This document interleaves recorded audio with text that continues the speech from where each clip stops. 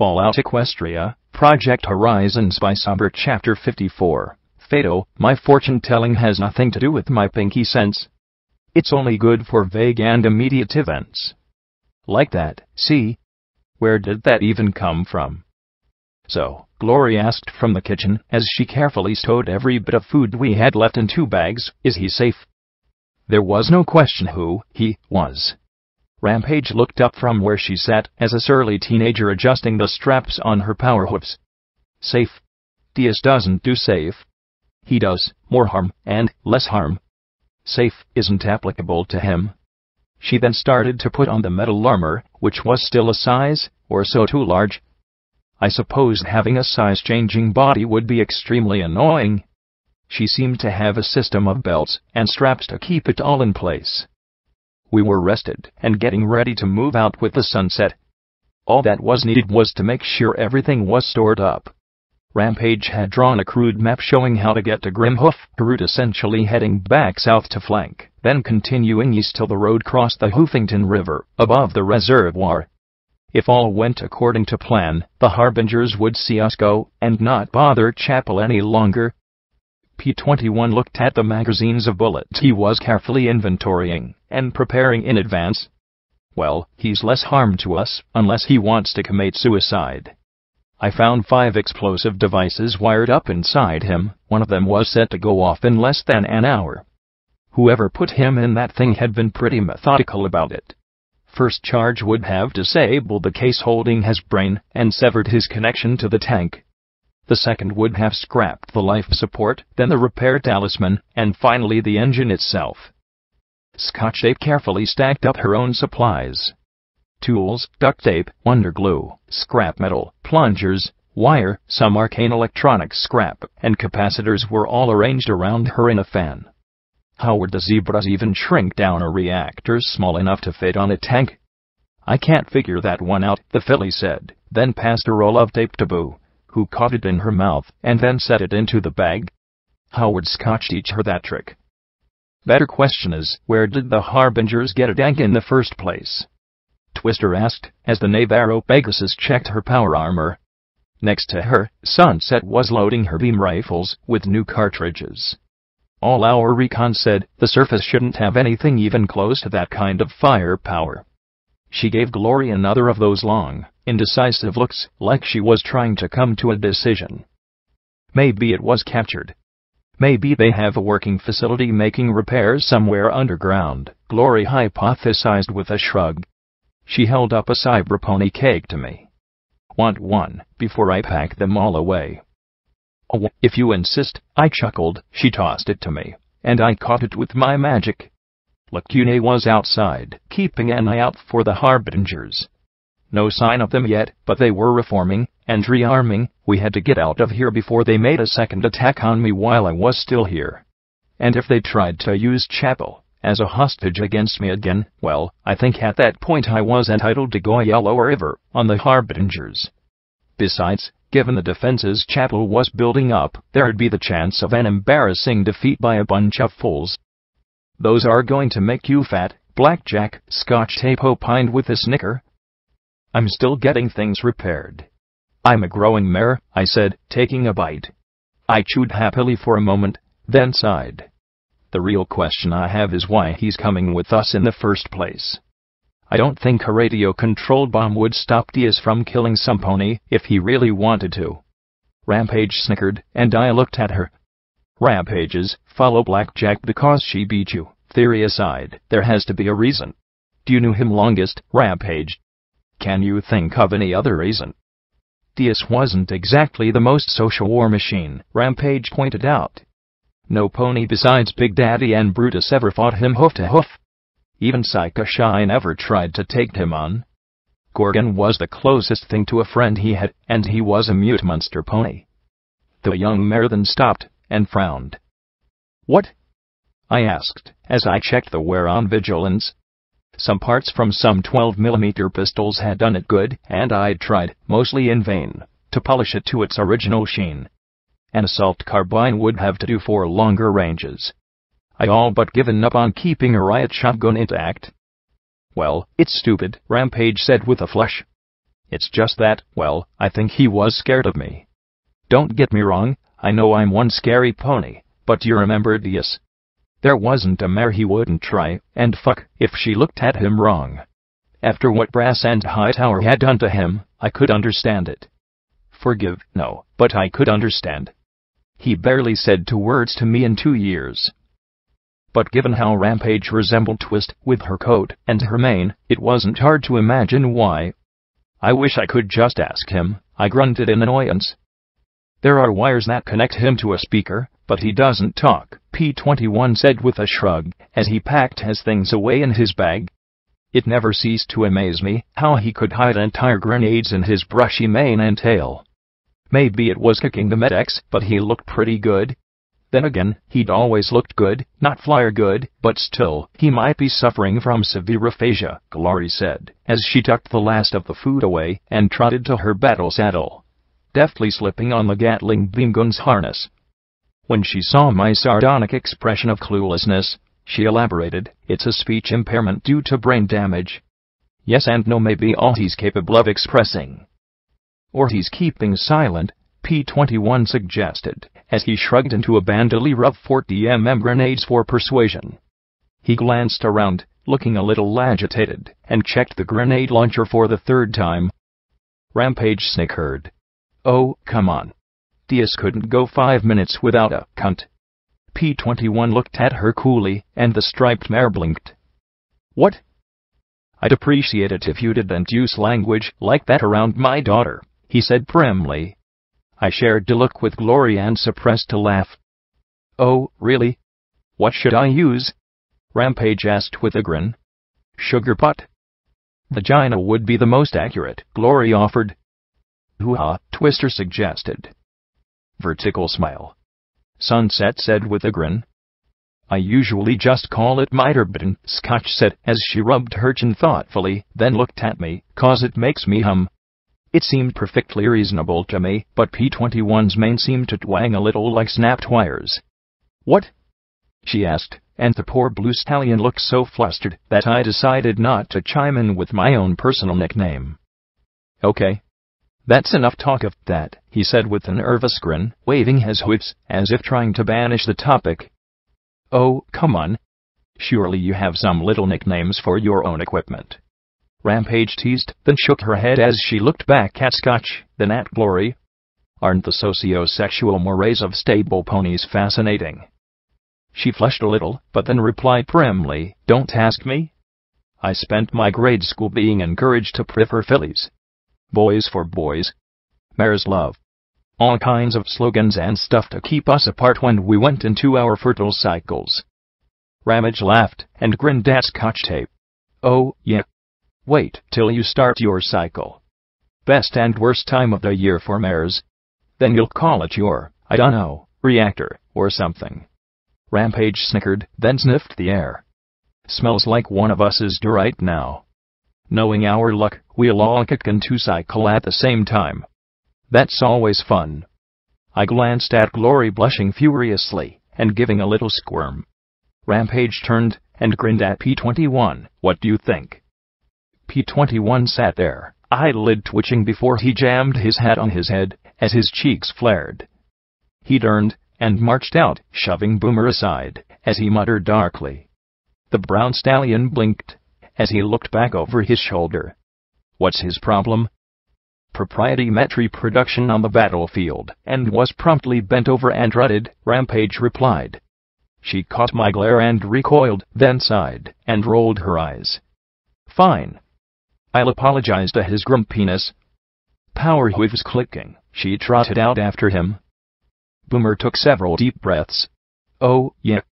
Thought something smelled good. He gave a crooked grin. If any of you'll need that itch scratched, well, I'd be happy to help out. There's a reason the ladies call me Boomer, after all. I chuckled, remembering how close I'd come to gelding him. What a waste that would have been, just because a mare's fertile doesn't mean she becomes a sex fiend, Boomer. You'll know that, Twister said. I reckon not. Jetta, sex fiend, takes a few drinks. The brown buck grinned, and the mare flushed a little. You'll better get back out there and keep an eye out for any hostiles, for I remove the head you're thinking, with. Twister snapped. Sure. Might need to, adjust my armor, though, he said with a laugh, before he went back out. Flyers, stallions, Twister muttered, then saw Sunset looked at her curiously, and the russet mare flushed. It's not me. I'm at least 2 weeks from cycling. Is it that bad? Scotch Ape asked with a little frown. I gave a little shrug. You'll start looking at stallions more, and the idea will be on your mind a lot for a week or so. Just make sure you stay around other mares, and we'll stop you from doing something with some moron just because he's got a nice body. Make sure you never point your hind end at a stallion, if you can help it. Really gives them the idea, if they get a good whiff. Give yourself a good rubbing once or twice a day, till the itch passes. You've got your implant, right? The filly nodded. Then you got nothing to worry about if you do mess it up. It's more an annoyance than anything. Scotch Ape looked relieved as she finished passing things to Boo. The last of the supplies were packed away. I kept looking at Glory, and, as she completed her own packing, I trotted up to her. So, is it you? I asked, giving her a little nudge. No, she said, as she blushed furiously, then pressed her lips together. Maybe, finally she slumped. Probably. She sighed, and rolled her eyes. Ugh, stupid biology. It's not like I'm attracted to him in any way, shape, or form. It's just a dumb little thought that I just can't quite put out of my mind. It's not fair I've got a piece of anatomy nagging me to be a mommy. This is the worst time possible for me to have a kid. I gave her a little nuzzle. It's not a bad thing to think of down here. Just roll with it. She huffed at me, but finally gave in with a roll of her eyes. That a girl? Well, he is pretty nice, Glory said with a little smile. That's the spirit. Bisexuality, double your options, double your fun. And Boomer was certainly nice to look at. Now you're thinking like Blackjack, I said with a grin. Maybe if she broadened her horizons a bit, I could go along for the ride with her. I think you'd make a great mom, Glory. I winced inwardly, hoping that she didn't take it the wrong way. But she didn't. Maybe someday, if things were normal and not so crazy, maybe. But it's probably just the hormones talking, she said, then looked towards the door with a wistful sort of smile. It wouldn't hurt you to experiment, I said with a nudge. I supposed I could terrify the brown stallion into behaving himself. Maybe, she said again with another little sigh. It might be okay with him. I doubt he'd hurt me. Her wings puffed out a little bit as she smiled, then trotted for the door along with every pony else. There's just something about earth ponies, she murmured softly before closing the door behind her. I stopped in my tracks and blinked in shock at the closed door. Wait. What? There weren't any cheers as we climbed onto Diaz, but everyone in chapel watched us go with an unfamiliar look in their eyes. Maybe it was the sight of the black and white striped tank with Mega Diaz hoof painted by Scotch and Rampage in red across the front, or perhaps it was the 3 Pegasian ominous black Enclave power armor flying overhead along with a purple alicorn, but every pony, ghoul, and zebra watched us go with an odd expression I hadn't ever really seen before. Not fear. Not joy. As Diaz's treads rumbled along the road through the village, I looked out at all the faces gazing on, and gave the smallest smile and little wave back. I must have looked ridiculous. My reinforcements made wearing normal barding impractical, so some of Sky Striker's plates had been duct-taped and wonder glued to my augmented limbs to cover the gaps. Still, I saw something akin to open awe in Seikashi and Magina as we rolled by their cottage. Our peacock, the ghoul maid, gave a bow and spread her dusty wings in a curtsy. Charity looked on, her normally calculating eyes watching me now with something more honest and sincere. Why are they looking at us like that? I asked, as I flushed. Rampage looked at me. Are you serious, Blackjack? You don't know. I frowned at her. Me not knowing is nothing new. They keep staring at us, not at us, Blackjack. Not even at Diaz, Rampage replied. Phew. They're staring at you. Now I was blushing everywhere that wasn't metal.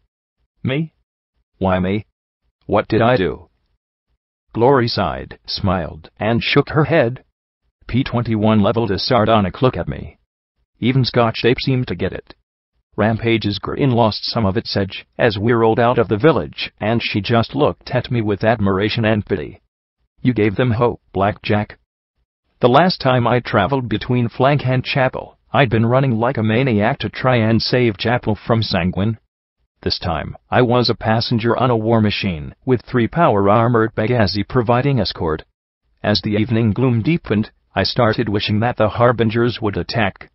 I scanned all around for some red bar which could alleviate this tedium, but there wasn't anything that could provide a distraction.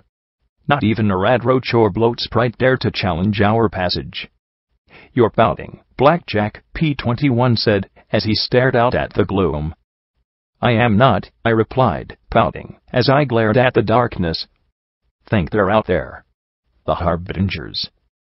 He shrugged, checking his grenade launcher. I'm certain of it. They're watching us. Thinking of ways to separate us from these, you from the rest of us. Maybe a lucky shot from those big guns of steel rains, though they can't risk destroying EC-1101.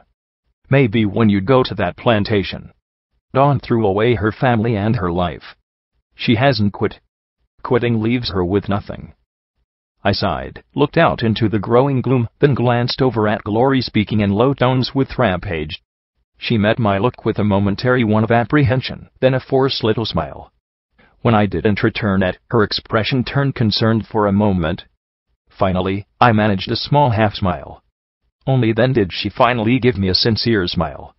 She might have looked like Rainbow Dash, even had her athleticism, but she was still not far removed from the timid mare I'd discovered beneath that terminal.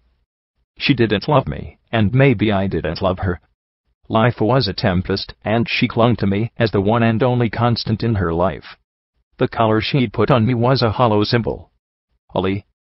But sometimes a lie was something to live for. Someday she'd find someone she did love. Someone who didn't hurt her all the time. Someone better. We might be together for days, months, or even years, but eventually I'd do something to drive her away. Then P-21 smacked the back of my head. Ow? What did you do that for? I whined. You're getting that look again, P-21 said with a smirk, as he tugged his hat lower on his face. What look? I asked, as I rubbed the spot where he'd hit me. He shook his head. That look, like you're trying to think and arriving at all the wrong conclusions. Relax, Blackjack. I'm sure that we'll be attacked sooner or later. Don't stress yourself till then. I huffed, and then groaned. I can't help it. I get all wiggly when there's nothing going on. My metal legs kicked the air before I huffed, and laid limply. I hate being bored. He glanced at me and chuckled.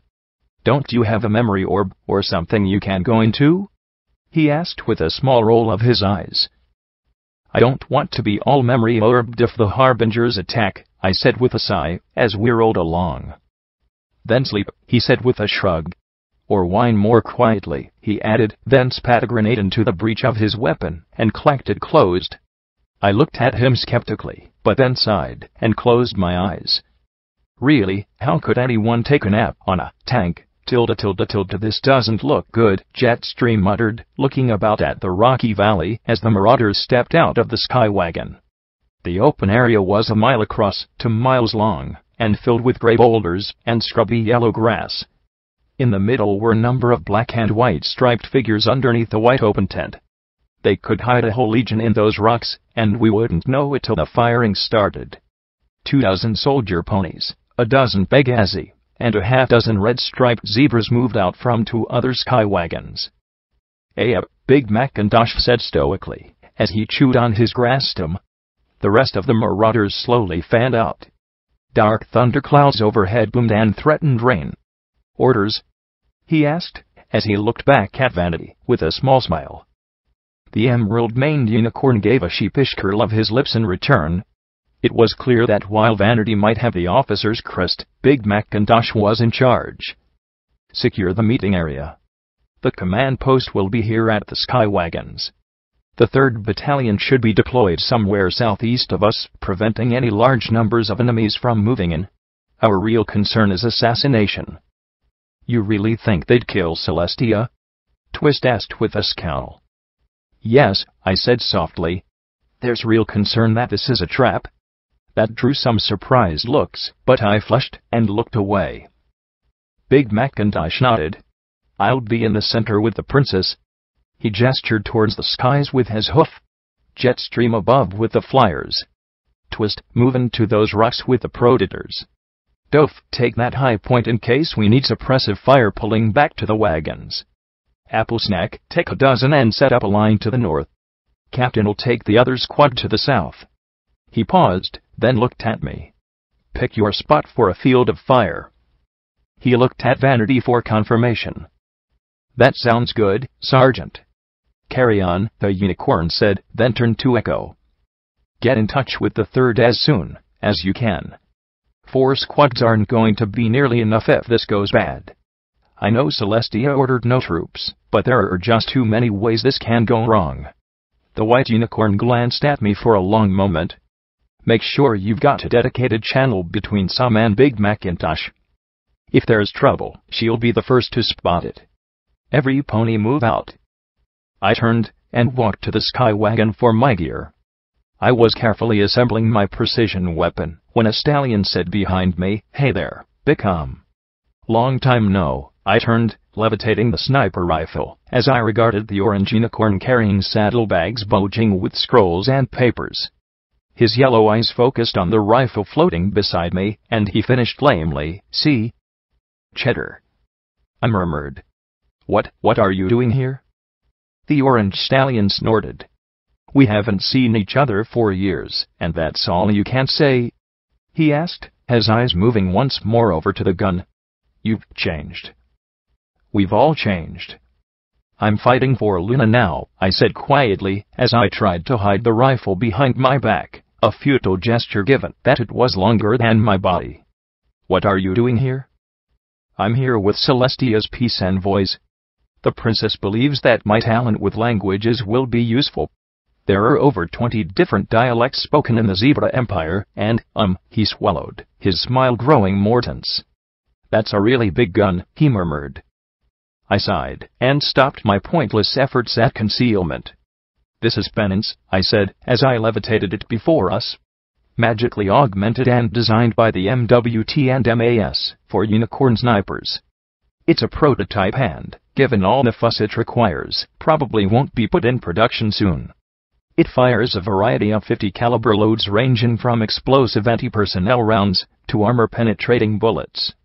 I removed the magazine, showing the jet black bullets within. "These are dragon killer rounds, in the event of a dragon attack. A friend provided them for me." Said Scar's friend was exchanging terse words with Big Macintosh and Vanity at the moment. Though he met my gaze, Golden Blood only frowned. He looked mad. No, not mad. Fearful. Cheddar stammered at me in horror. "What? How? Why in Equestria would you bring something like that to a peace meeting?" It seemed prudent. I swallowed, as I looked away from my teacher and turned back to my childhood friend. "Don't you understand what will happen if Celestia is captured? The zebras could use that to force a surrender. Or they could kill her. After all, they wanted Luna to be here rather than Celestia." Cheddar pressed back, "And we asked for the Caesar to come. Instead he sent a tribal elder to negotiate for him." "A tribal elder?" one of the predators asked, as she looked over with a frown. It took me a minute to recognize a younger Shuja. "It is Briar Thorn, yes?" Cheddar looked away a moment, then nodded. The zebra mare looked contemplative. "I see. Elder Thorn is only a few years elder, to I. She is of the Mendi tribe, who have always objected to the war, much like Ministry Mare Fluttershy. Mendi is as respected as the Ministry of Peace. If it were Elder Earthquaker, of the Achu, or Elder Longsight, of the Propoli, however, it would be far more promising." "We have to start somewhere," he said plaintively, but the predator was clearly skeptical. He sighed and covered his face with a hoof as Shujak continued after Twist. "This is exactly what Celestia was afraid of. You people don't understand. These security arrangements are going to unravel everything before we can even have a chance to talk." He looked at me, practically begging me to agree. "Don't you understand? If we don't show them at least a gesture of trust, we'll never have a chance." A few years ago, I would have agreed with him. I would have taken the risk if it would mean an end to the fighting. But I'd heard the atrocity of Little Horn. So many students I'd known, if the zebras were capable of that, then they were capable of anything. Trust them with something less precious than the princesses. Send Rainbow Dash. She can at least fight if they try anything. "Listen to you," he stammered. "Try anything. What happened to the filly I helped wash the floors with? She killed people. Lots of people. And if I just served Luna loyally and faithfully, everything would be fine. It wouldn't be for nothing. You can't understand." His eyes hardened. "No. I guess I can't. Try not to let the zebras see you with that thing, Sam." Contrary to what most ponies think, zebras revere their elders as much as we do the princesses, even if they're not from a fighting tribe. He turned on a hoof and trotted away. I knelt, cradling my gun. Everything would be all right in the end. I served Luna, and she'd forgive me. She'd absolve all my sins. Make all the zebras I'd killed worthwhile. "Please, Luna. Please," I prayed silently. "We'll need the marauders more than simple prayers," Golden Blood rasped wetly, as he trotted up. "Big Macintosh will be present at the pavilion. We can only hope that things get mired in bickering." He rubbed his face nervously.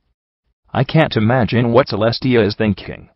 This is precisely why ambassadors were invented." The scarred and emaciated stallion looked even more frazzled than usual. "Do you really think they're going to try to kill Celestia?" "If they think she's Luna, yes," he said, as he paced a little back and forth. "Everything is a mess in the back channels. I don't know if they think it's going to be Celestia or Luna. I've told them it's not Luna, but they'll question it. For all I know, they might think it's more likely after I warned them." "Maybe it's sincere," I offered, mostly as a token to my childhood friend. "Maybe they want peace." He snorted skeptically and shrugged, as if peace was inconsequential. "Perhaps. I'm more concerned about Celestia forcing this and negotiating personally." He ran a hoof along his golden mane as he stared at nothing. "Maybe she's trying to atone for starting the war. This is some elaborate form of suicide. No, unlikely. But perhaps she wants to be captured. Maybe she sees this as a way to force a conclusion to the war." He rubbed his cheeks. "Or maybe she plans to defect. She's never approved of the ministries or the expansion of the war effort. Always trying to nudge her way back towards power." He looked on the verge of a nervous breakdown as he stared with his bloodshot eyes into empty space. "Have you talked to Celestia about it?" I asked, guardedly. He gave a hollow little laugh before breaking into wet coughs. When he finished, he gave me a wan grin. "I'm not high on Celestia's friends list at the moment, or ever again." He rubbed his face. "We can't let them take her. It will mean the end of Luna as ruler. Celestia is still frightfully popular." "Don't worry, teacher," I said, as I put my hoof on his shoulder. "I won't. No matter what." He gave a sad little smile. "I hardly think it's fair to call me that. I've never taught you much worthwhile. Rocks and gems and medals, hardly the education you deserve." "You taught me about devotion and conviction," I said with a sincere smile. "Don't worry, teacher. I won't let them take her." He sighed and nodded. "I'll need to go to the radio wagon. Listen to the back channels and see if there's any hint of what they're planning. I've never heard things so chaotic in the Empire since Luna took the throne. There's no telling what the Caesar is planning. Or the elders. Or the legates." He gave a wan smile. "Equestria isn't the only place with shadowy politics. The zebra invented the damned game." His smile disappeared, and he turned, trotting quickly to the radio wagon. I kept the gun floating at my side as I moved towards an ideal firing position, a rocky outcrop 500 yards from the tents. It'd give me a field of fire overlooking the tents and beyond. I climbed up on the rocks and took a position where I could look between the stones. Most snipers worked in pairs of shooters and spotters, but few unicorns had the talent to levitate a rifle and aim it steadily for hours without straining their eyes or their horn. I unraveled my cloak and spread it over myself and my gun. The magic couldn't match zebra invisibility, but it did manage to blend in with the surrounding rock enough to make me appear to be just another stone. One quick radio check with the sergeant, and I was set. It was an hour later that the winged chariot arrived. In that time, I'd used my magic scope to pick out 36 zebras ranging from sniper pairs to hoof specialists. Each location was relayed to Echo, who'd pass the information on to the rest of the marauders. Then brass horns sounded, heralding the arrival of the princess on her golden chariot.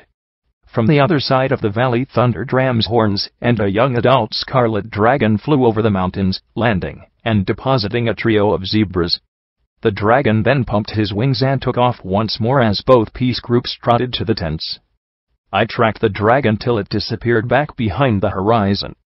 Maybe this would be okay. From over the radio connection with Big Macintosh, I heard the envoys greet each other with Cheddar interpreting.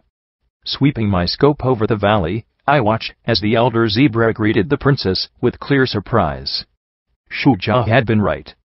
The elder wasn't much older than myself. Still, from the security arrangements, they seemed to value the bead-bedecked zebra mare as more than just a throwaway. Over the radio, I could hear Cheddar talking back and forth. To hear Briarthorn speak, the war was becoming ever more burdensome to the Empire. More and more was being asked of the tribes to fight the Maiden of the Stars. Soon it came to the sticking point. Luna's rule was non-starter. So long as she remained in power, the Caesar could not entertain the topic of peace. I watched Celestia through my scope, the magical lens peering through the tent at her. I saw the pain and indecision clearly etched on her regal face. I imagined it to be exactly how she'd looked after Littlehorn. I should have been watching the others. I spotted only a tiny bit of movement in the back of the delegation, and a flash of green. From inside the tent came a pop, and suddenly a brilliant green cloud billowed up and filled the space. Everyone began shouting, screaming, and coughing as they struggled and milled about. The tent collapsed, and then, with a flare of magic, Celestia ripped the canvas and let the billowing smoke roll out. She swayed and collapsed as Big Macintosh staggered over her prone form. Cupcake. Code Cupcake. I shouted over the radio to Echo. The princess is down. Code Cupcake. I immediately started looking for targets in the delegation. Then things went from cupcake to road apples. The ground beside the tent collapsed, and instantly zebras began swarming out of the hole. Many of them sported strange wings, and took to the air as soon as they were above ground. I heard the orders coming fast and furious as the pony delegation staggered and flopped back around Big Macintosh, finding a new appreciation for the huge stallion. Yet one didn't. Cheddar waved his hooves as he jabbered to the zebras, who advanced out of the hole in the earth. The zebra envoys were shoved and kicked aside as the newcomers moved in on the fallen princess. The elder tried to move in beside Cheddar, snapping in rapid-fire zebra. Some of the zebra attackers, with almost contemptuous ease, scooped her up and tossed her onto another zebra's back, and she was swiftly borne away from the fighting. Get behind me. Big Macintosh thundered. No. Please? Peace. We want peace. Cheddar shouted as the zebra attackers advanced. Have it, a stallion replied calmly. The powerful zebra rose and brought his hooves down in one thunderous thump that exploded my friend's head like a grape. My round returned the favor a moment later, the enchanted bullet magically punching a hole the diameter of my hoof through his head. I fired before his blow fell, but the distance had prevented my friend's salvation by a half-second. Forgive me, Luna, for I have taken the life of another. Chaos reigned as the zebras engaged the security force on all sides. Big Macintosh, in only his armor, stood between the princess and her attackers. The zebras were as unarmed as the red earth pony, but they moved with the deadly swiftness and strength of Stampede. 4-on-1, they flanked and surrounded the stallion, who met blow with blow. The zebras, however, had to keep back and moving. They knew I was out here. No doubt a sniper was looking for me the second. I couldn't count on headshots, but I could punch a hole through any zebra that dared to stop for more than a moment. "Where is the 3rd Battalion?" I heard a shout over my radio. Was it Vanity? "We're pinned down." Dove's minigun maintained a spray of firepower at any zebra that dared to get close to the sky wagons. The gray stallion bled from a dozen holes, but he only stopped firing to chug a healing potion and let some pony reload the gun. Overhead, Jetstream and the other flyers worked to keep the bat-winged zebras from spreading out and assuming air superiority.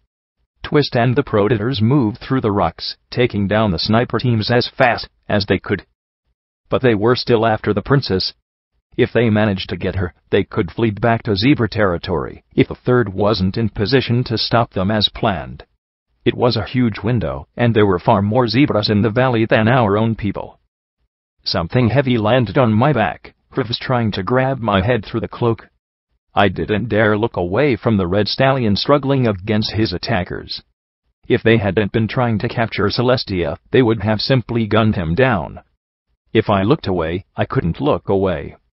My horn pulled my sidearm, pressed it to the bat-winged zebra atop me, and started firing. I heard a mare scream, struggling to snap my neck as I maintained focus. Then the hooves around my throat grew weaker as blood soaked my cloak and hide. The peace envoys struggled to help Big Macintosh, but they weren't soldiers. They'd been poisoned, too, and several, like Celestia, were either unconscious or sickened. The best they did was to slow one of the zebras long enough for me to blast out their throat. Too many were kicked and lay where they fell, dead or close enough that it didn't matter. I couldn't let them take Celestia. "Please, some pony, any pony, help." All I could do was shoot things. That's all I could do. Big Macintosh, bleeding and bruised, refused to fall. His coat shiny with blood, standing to protect what were likely broken ribs, one eye matted with blood, he stood on. He would not fall. Could not fall. One of the zebras darted in for a shattering kick, but the stoic pony took the blow and grabbed the hind leg between his hoofs. The zebra struggled and flailed, and my round punched through his chest. The last attacker made a charge on the injured red stallion.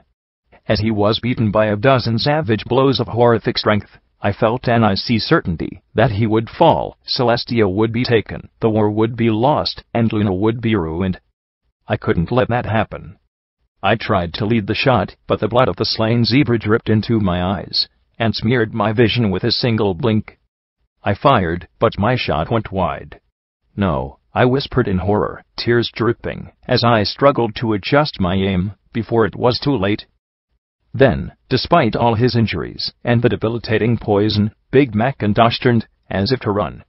The zebra let out a scream of triumph. But Big Macintosh's body wasn't set for flight. As the zebra dropped to attack, Macintosh's hind legs pulled back and unleashed one final immense kick that connected with shattering force. The striped stallion careened away and hit the dirt, laying prone on the ground, like a sack of broken bones and meat. Then Big Macintosh collapsed on the grass beside Celestia. But he wasn't done. I could see another 24 zebras racing towards him from the head of the valley. They were only minutes away. "We need EVAC for Celestia and Big Macintosh now. Right now," I cried out as I shoved the zebra corpse off me and struggled to clear my vision. "We're pinned down," Apple Snack snapped. "Can't move 2 steps without the damned stripes climbing all over us." "It's hoof to hoof in these rocks," shouted Twist, followed by a battle agree. "Damn zebras have reinforcements." "We should be there in 5 minutes," Vanity swore. I looked at the striped attackers racing towards the ruins of the tent. Big Macintosh and the princess didn't have 5 minutes, and from the firearms the zebras brandished, I doubted they'd let Big Macintosh get off another kick even if he was in any state to try. I checked my ammo. 2 rounds left. How would I gone through it all so quickly? "You've got to get Celestia out of there, Macintosh," I said, as I slid the magazine into place and pulled back the bolt. "Please? Please, we can't let them take her." "Nope," he replied simply, as he rose to stand over Celestia once more, and then his rear leg gave out and he slumped beside her, grimacing in pain. can't get myself out of here, let alone the princess. Just got to delay for vanity. I entertained the wild notion of somehow running the 500 yards and carrying them both to safety. A mad idea. Madness. There was only one thing to do. We can't let them capture her, Big Macintosh. I slowly moved my aim down till it was pointed at her unconscious royal head. Maybe it was the sound of my voice, but with a grunt of pain he rose and turned to face my firing position. What are you thinking, some? Better Celestia a martyr and a prisoner, I said in an almost fevered whisper. If you can't get her out of there, we'll have to remove her. Luna would understand. She'd have to. What? Macintosh gasped, and at once he stepped between me and the princess.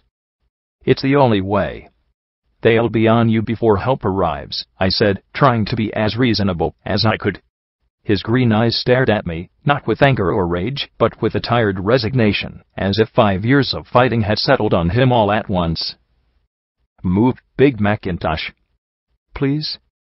Nope, he replied, his gaze level. Our mission is to protect Celestia. Understand? They'll be on you in a minute. They're going to take her, I pleaded over the radio. Please, move. He smiled. I reckon, if they do, you and the Marauders will get her back. Understand?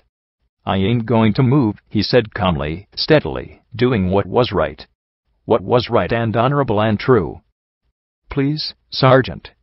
Please, I begged, tears running down. They'd overpower Big Macintosh in a few seconds, and there were several with bat-wing talismans. Don't make me shoot you. Nope. I know you won't, Sam, was all he said, as he gazed back at me. Slowly, he smiled, trusting me to do what was right. I know you're a good pony. He was the best of us. Honorable. True. A good pony with a noble and caring heart. I put a bullet straight through it. He wilted slowly as his face relaxed, fighting every second to protect Celestia. When he crumpled, I had the perfect shot at the alicorn's head. I could barely aim through my ears. I just had to take 2 more lives, and then I'd be done. The princess's, then my own. There was no living with this. Not this. But at least Luna would still be able to save other, better ponies, and myself, and maybe, somehow, someday, she might forgive me, Luna, for I have taken the life of another, I breathed, blinking away tears, and staring at Celestia's head in my crosshairs. Then the skies were split by a ripping boom, as a dozen trails of crackling clouds coursed through the air, led by a single rainbow vein. Like streaking missiles, the shadow bolts broke formation, and engaged the zebras with terrifying speed and force. Rainbow Dash herself looped like a rainbow mane goddess of death, and slammed right into the body of Zebra Racing for Big Macintosh and Princess Celestia. The blast scattered them far and wide as a polychromatic cloud rose from the impact crater. At that point, the fight was over. The shadow bolts finally made the zebras give up and retreat with their elder. I just watched from 500 yards away as the Marauders raced towards the blasted pavilion, hugging pennants to my chest and rocking as I stared. I could barely make out Applesnack through my ears, but I couldn't miss his howl of pain as he threw away his gun and knelt beside the fallen pony. I heard Twist's painful sobbing, punctuated with thumps of hooves against unfeeling rocks, Jetstream's stunned denials, and Doof's obscenity-laden rant. Echo was murmuring in a stunned voice that Sergeant Big Macintosh was down. That was when I promptly leaned over, vomited, and shut out the world and what I'd just done. The shadow bolts found me and carried me back to the wagons, where I sat apart and hugged my rifle. Celestia was flown away. Pain and sorrow etched into her features. I had doubts she'd ever attempt anything like this again. All any pony could do was weep and rage for the fallen hero who'd courageously placed himself over Celestia's body to take the bullet. No pony had yet figured that the direction was all wrong to be a zebra sniper, or that the bullet had been one of mine. Only Golden Blood looked critically at me as I curled up, clutching pennants, praying for some salvation I didn't deserve. The scarred, exhausted stallion trotted next to me. What happened? Was all he asked. I thought they were going to take her. Luna, forgive me, I begged him to move, I whispered. His golden eyes met mine, and I broke, sobbing hysterically. He wrapped his hooves around me, holding me close. One damn pony commiserating with another, I woke to Glory shaking my shoulder, and started, looking up into her eyes. She killed him, I whispered. What? Killed who?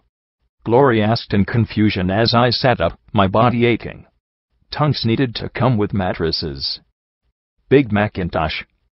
I saw how he died, I said, as I tried to shake it. Such a pivotal moment. Had Big Macintosh lived, would Twilight have left the Ministry of Arcane Sciences? Would the world have blown up, or would something else entirely different have happened?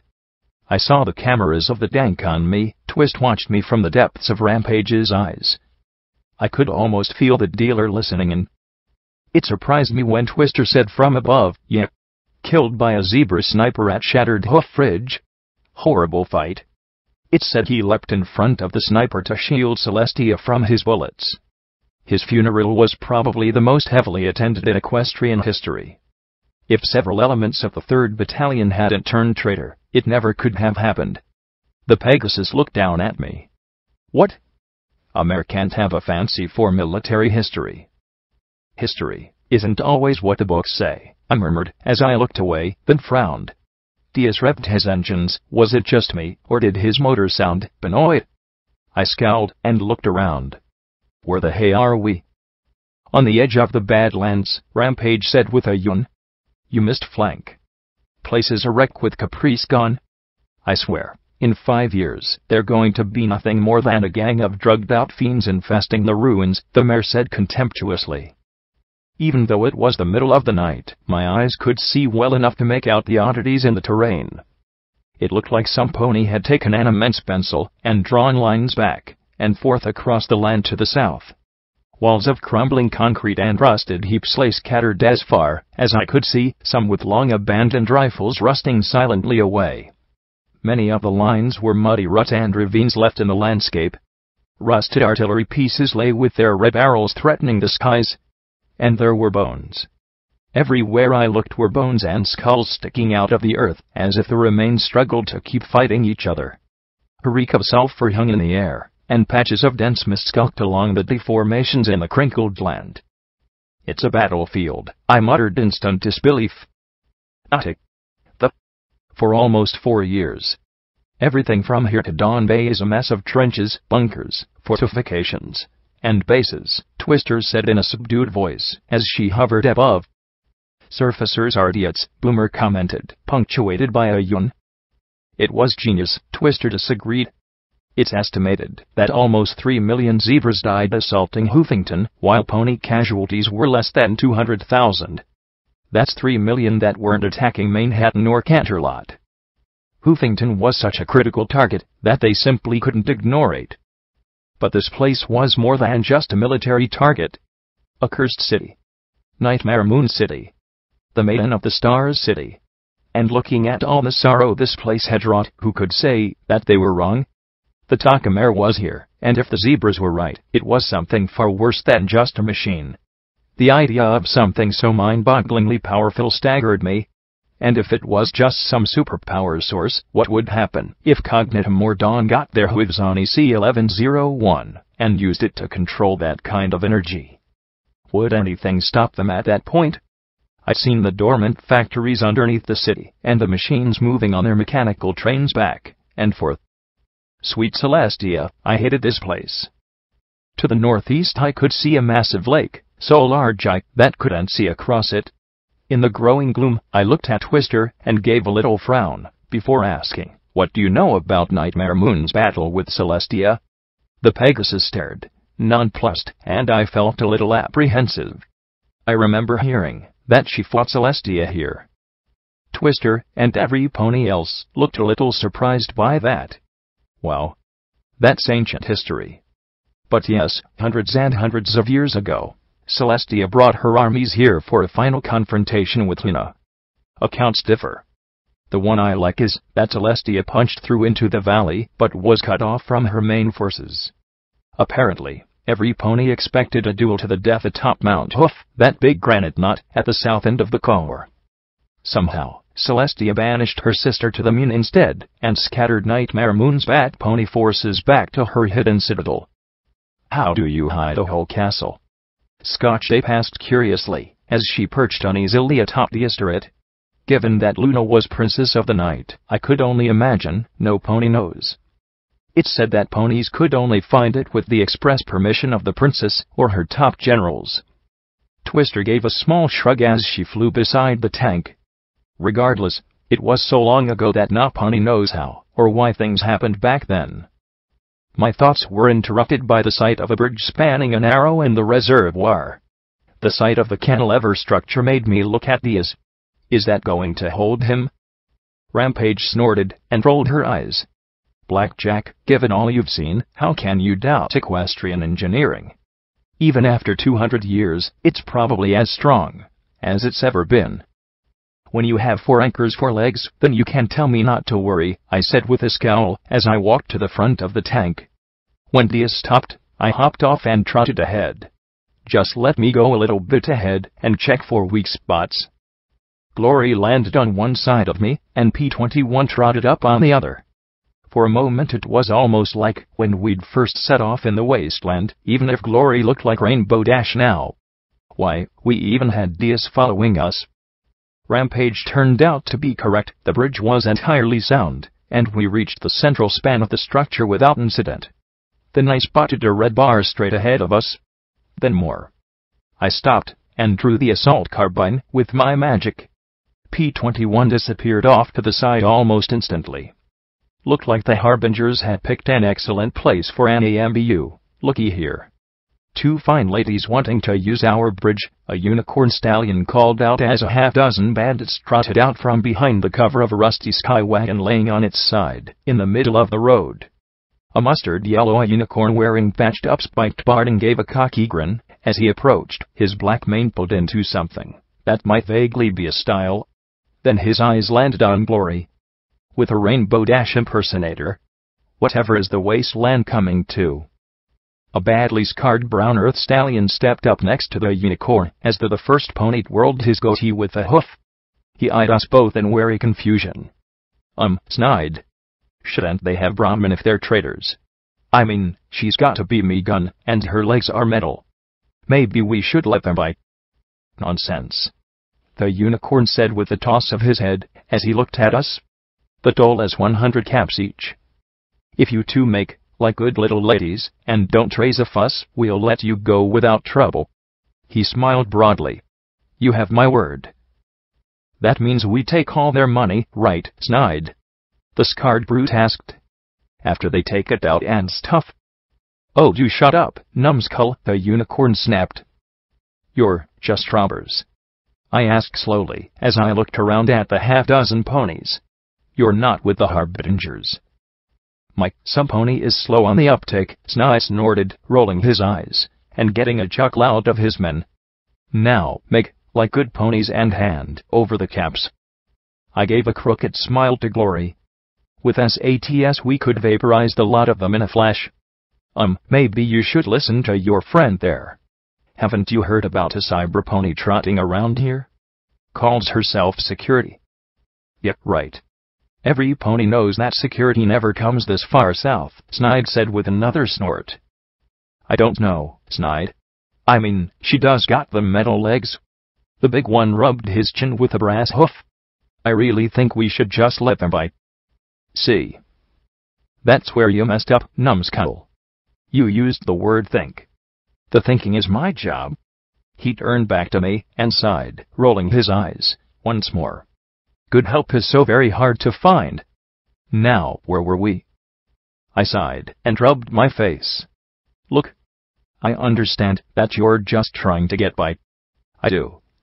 And if you actually protected travelers as they crossed, I probably wouldn't mind. But your friend is right. I am security, and if you try and shake me down, it's going to go very badly for you. Please? Do you really think you're the first mayor who's claimed that? If we let every pony saying she's security through here, then we might as well just throw in the towel. He squinted at my legs. Probably sheet metal.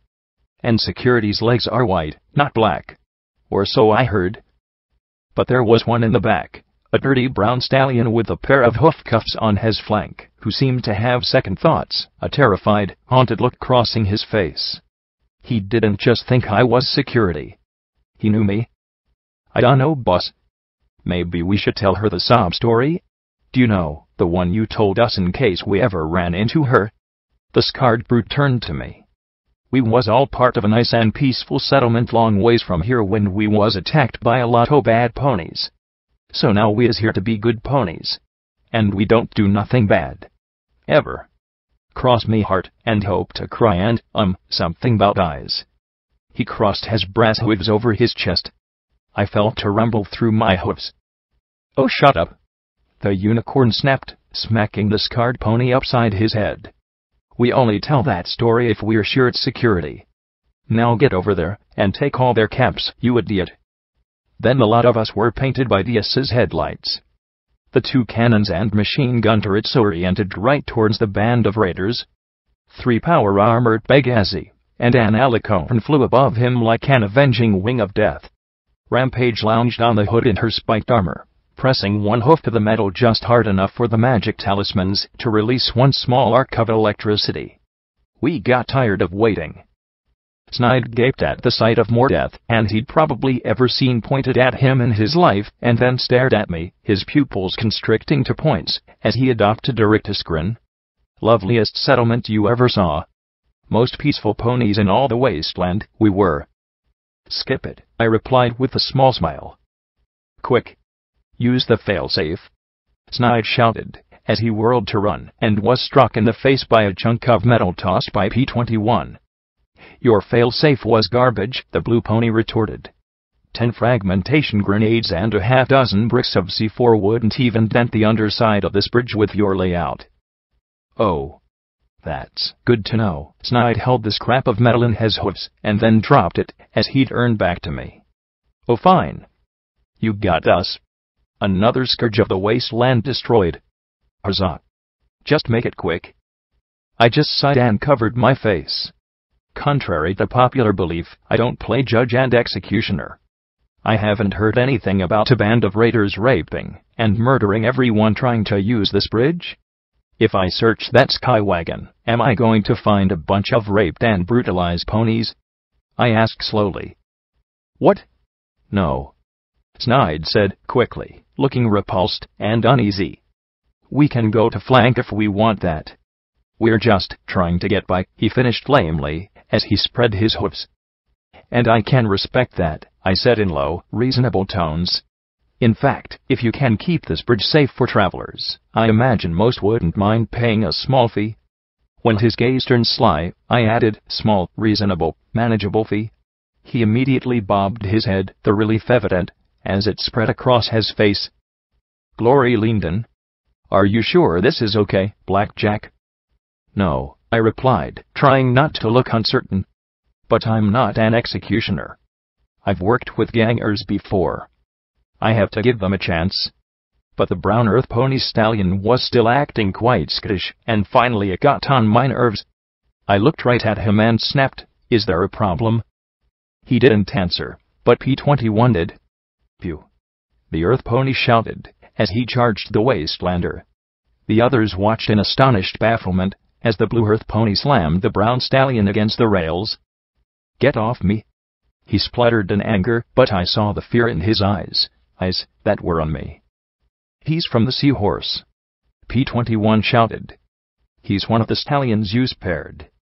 A strange calm stole over me and I felt a wire drawn tight inside me. I see, was all I could manage as my horn slowly lifted vigilance. Tell me, this pony, has he raped anyone the last few days? Shut up. The brown earth pony shouted. What? Clink. Snide looked at the brown stallion in bafflement. What if he did? Because I gave him his life once when he wronged me. I was astonished by how calm I felt. Serene, even. So tell me, has he? Snide coughed and looked away. Well, you see, one can't be that picky recruiting help, and, course he did.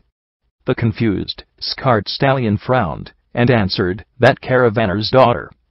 Remember. Wanted to keep slaves, and all. Shut up! Clink screamed as he shoved P-21 away and started to run. My bullet flew with all the accuracy of SATs right through the back of his rear right knee, and he collapsed, screaming. I'd screamed like that once, recently. Slowly I advanced with sublime calm. Screaming obscenities, he flopped, and right, and yet I had no problem blasting another kneecap. Please? He begged, as he tried to shield his face. You said you weren't an executioner. Please? He cried out as I calmly advanced. Be kind. No, Fluttershy. Not this time. Do better. It's not for me to do better. It was him. Now I am going to do better. I pointed the gun right at his head as he lay there in a spreading pool of filth. I was fairly certain he'd be crippled for life. Perhaps he'd bleed out. But I looked down the barrel and stared right into his eye. I'd given him mercy and he'd squandered it. He'd hurt others. It was every bit my fault. If I'd killed him, he wouldn't have hurt another pony. All I had to do was become a killer. I stared straight into his eye, everyone watching both of us, as I tried to summon up every iota of pain, shame, and humiliation I suffered that horrible time. I needed only a few pounds of pressure to kill him. The bullet would tear through his brain like a sledgehammer. Glory watched with a mix of sadness and concern. Was she afraid I'd do it, or that I wouldn't? P-21 just stared with quiet certainty. If I didn't, he would. All the others left it up to me. Why? I whispered, whether to him or to myself, I didn't know. Why do you have to make it so fucking difficult? I spat as a tear ran down my cheek. Would the Wasteland not be happy till I'd shed that last little inch? Till I lowered myself into the blood and slaughtered like my enemies. I wasn't a killer. Wasn't an executioner. That was it. My last tiny connection between that poor clueless mare who'd left 99 and this half-metal monstrosity I was now. I'm sorry. Please? I'm so sorry, the stallion groveled. A thread of integrity. It was all I had. Kill the stallion, give him the gift of death. Punish him, and prevent him from harming another. And worst of all, I wanted to. I wanted so much that my muscles ached with the need to harm him. To cast away that last little inch of integrity. To do what any mare in all the Wasteland should do, would do at the drop of a hat, but I wasn't a killer. Maybe the stallion saw it in my eyes, but the fear in him melted away. The corner of his mouth twisted in disbelief that I was weak enough to spare him twice. Even with the glowing pistol pointed right at his face, he knew I couldn't pull the trigger. The round dripped right between his eyes, and sprayed his brains across the crumbled asphalt. No, I stared at his limp body. That hadn't happened. Couldn't, never. Then I heard the most gentle whisper through my mind. Forgive me, Luna, for I have taken the life of another. I didn't talk to any pony for almost an hour after that, walking along behind the tank, and lost in my own thoughts. Glory tried talking to me every few minutes, before giving up and leaving me alone. Snide had promised everything from his firstborn to his mother not to be next. Apparently summary executions were quite persuasive. No wonder they were so common. If I'd just started killing people from the outset, the hoof would probably be fixed by now. Unfortunately, my friends didn't seem to remember that I had augmented hearing. I'm sure that Blackjack will be fine, Glory. You said that if you ever came across any of those four, that you'd kill them too, Rampage said. I know what I said, but I didn't think Blackjack would do it, Glory retorted. She's always been so adamant on not being an executioner. Yep. Softest heart in the Wasteland, Rampage trolled. Look, every pony has to bust their murder cherry eventually. Blackjack finally popped hers. She'll get over it. I didn't want to get over it. I didn't want to do it at all. Do you know something's wrong with Blackjack, though? Glory said with a glance back at me. She's changing. I can see it. We've all changed. You're Rainbow Dash now, remember? Rampage said. Please don't remind me. We're moving so slowly it makes me want to scream, Glory replied sharply, then sighed. I don't know. I worry about her all the time. It's like there's something inside her and it's twisting and turning her about. If only she'd talk to me, if you only knew, Glory. If I only could. It boils down to this: do you trust Blackjack? P21 said to the others. Pick a day. Sometimes she's so good she makes me scream. And then she pulls something like this, Rampage replied. I know I'm the group bag of crazy, but you have to admit that PJ's right up there with me. I waited to hear Glory disagree with her. Her silence contorted inside me. We just have to be there for her. As simple as that, P21 replied. As much as she's been there for us. It will work out, Glory said with one last glance back at me and the smallest smile. She still had hope, even after everything I'd done. Do you know better? The dealer rasped, beside me. I looked at the gaunt, pale stallion with a twinge of annoyance. How easy it was for him, riding along in my pit buck when I was the one who pulled the trigger. What do I know? I snapped back at him. That it's wrong to kill ponies.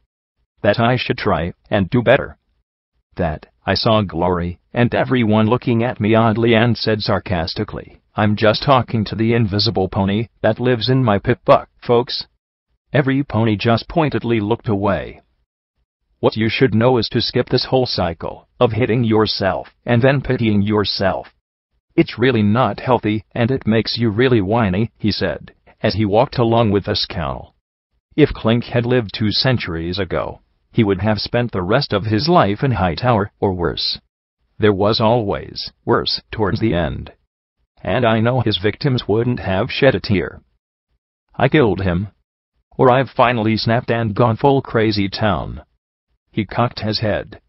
I have some in my dreams, and now I'm hearing her in my thoughts, when I'm awake. So between her, the NNGHHH, and you, my brain is getting pretty damn crowded at the moment.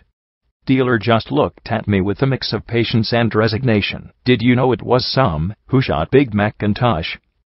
Not a zebra. One of our own. Trying to kill Celestia. I gave a little scream and smacked my head with a metal hoof. And now that thing is inside me. I pitied Sam. Now I was turning into her. I knew. I'd heard the transmission, he said grimly. But Big Macintosh's body wasn't even cold before the report went out. There was no investigation of his death. It wasn't even a day before Golden Blood disappeared her into the OIA and you didn't tell any pony. Who would I tell? Pinkie Pie. Rarity. He snorted. Every pony wanted to believe it was a zebra that killed Big Macintosh, so it was. The triumphant hero sacrificing himself for the greater cause, while protecting the princess. I would have been labeled a crackpot conspiracy theorist, or worse, disappeared myself. I sometimes think that Golden Blood took me into the OIA just because I knew. Don't you understand? History isn't truth. History is what every pony decides to settle on as what happened. But behind that there are 1,000 little causes and twists and permutations in the cracks that shape events. You're seeing everything I saw. And if you're feeling disillusioned, then congratulations. You've finally stumbled onto the truth. Do you know what else is the truth? I'm a murderer. I killed him. I grit my teeth, feeling everything fall apart. Damn me, I wanted to so badly. I wanted him dead. But I couldn't, and then I pulled the trigger, a solemn voice said inside me. For an instant I was sure that Tom was now talking to me, but it was the comforting voice of Lacuna. The large purple alicorn landed next to me. You aren't the only pony with magic, Blackjack. She'd been all the way back by the tank. How had she reached that far? Phew, but why? I mentally stammered back at her. For the longest moment I felt a baffling deluge of emotion pouring off Lacuna. Do you know what would have happened if you hadn't killed him?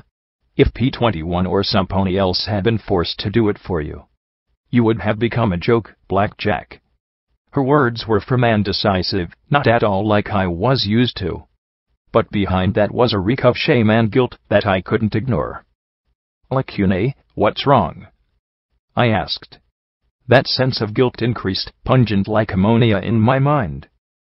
Nothing's wrong. I simply did what had to be done, she said, so cold that I wondered if somehow this was the goddess. Except the goddess wouldn't have been trying to reassure me. You want to change the wasteland. Well, unfortunately, fear has a powerful effect on others. If it became known that you were so merciful that you couldn't kill your own rapist just because he said sorry, then every raider with half a brain left would wring their hooves and recant their ways only to return to raping and killing as soon as you had disappeared over the horizon. Your friends would have to kill on your behalf, and it doesn't matter how loving or tough they are, that would poison your relationship with them. Speaking of relationships, lacune, she ignored me, almost in a rush, as she thought at me, so I pulled the trigger. It's my fault. Understand, Blackjack? Lacune, do you want to be a killer? Lacune snapped, half desperate, as she looked down at me with an expression of almost frantic need for agreement. That finally provoked a response. No, I don't want to be a killer, I said quietly. I don't want to turn into some. I know what I did at Yellow River, what I'm capable of. The Maiden of the Stars shall bring death and destruction. It's not your fault, Blackjack. It's mine. Put it out of your mind, lacune said solemnly. I'll do whatever I can to keep you from being an executioner. Lacune's strange behavior almost distracted me from what had happened, but I couldn't put it out of my mind. Ever since I'd first dreamed of some, I'd felt myself changing. I wasn't completely sure who was in charge of me anymore. Was Blackjack at the controls? Some? The goddess? The dealer? The stars? I felt like I was dancing on strings, and had no idea who was pulling them. Even Golden Blood and his damned projects were tugging at me from 2 centuries in the past. They were woven into my very body. The problem was that the idea that I wasn't in control of myself was so wonderfully seductive. All I had to do was simply believe it, and the burden of responsibility would be lifted from my shoulders. It was the refuge of every mad pony and monster. Don't blame me, I can't help it. And the most terrifying thought was that it might be true. What if I wasn't in control? What if any one of those things was manipulating me? Everything I'd ever seen looked manipulated and contrived. How could I be any different? Even now, Lacune's assurances felt superficial and false. Maybe she was just lying to try and make me feel better about Clink. Maybe the goddess was making her lie. How could I trust anything at this point?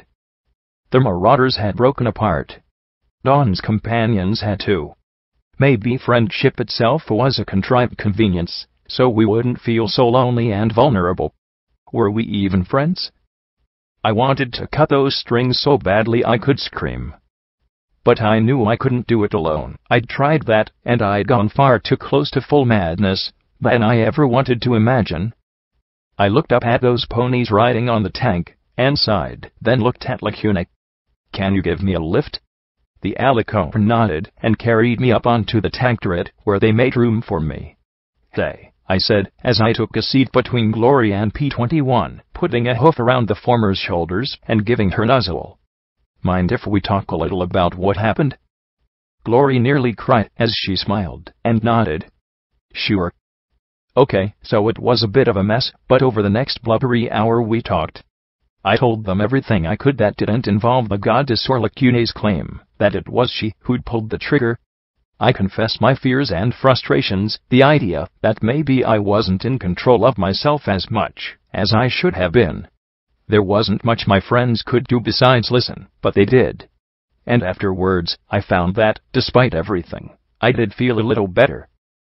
We were now further southeast than I had ever been before. The bare dirt was studded with rocks and the detritus of 10 years of war. There were the hulls of Dagsans high wagons left to rust, crumbling fortifications and blast barriers that leaned this way and that along the road. We drove by the massive remains of what I suspected was a raptor.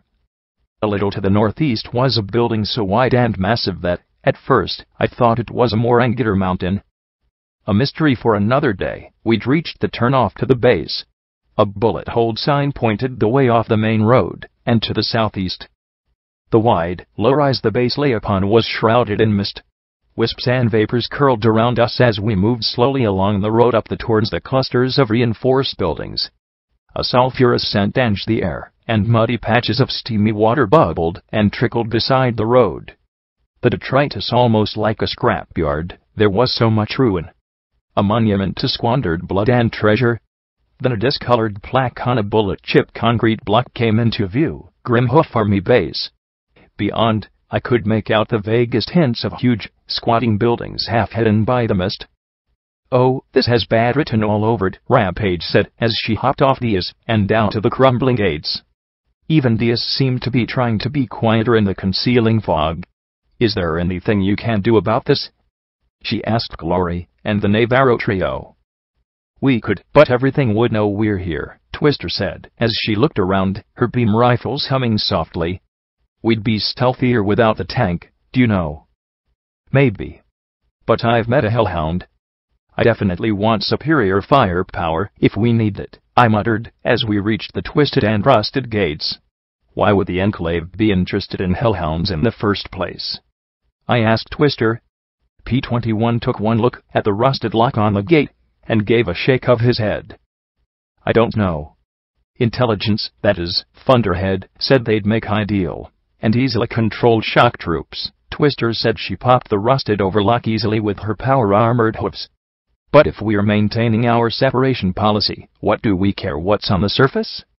We can't house hellhounds in clouds. Can't control or monitor them on the ground." It didn't make any sense. "Hell, it'd make more sense to back groups of Earthpony mercenaries," Boomer muttered. "Give them weapons, food, and supplies, and have them conquer the surface for us." I thought of Harbinger and his talk with the goddess providing support and security, and the Enclave providing firepower. "Or you could actually engage the surface peacefully," Glory snapped at the trio. "Trade food for materials. Things like that.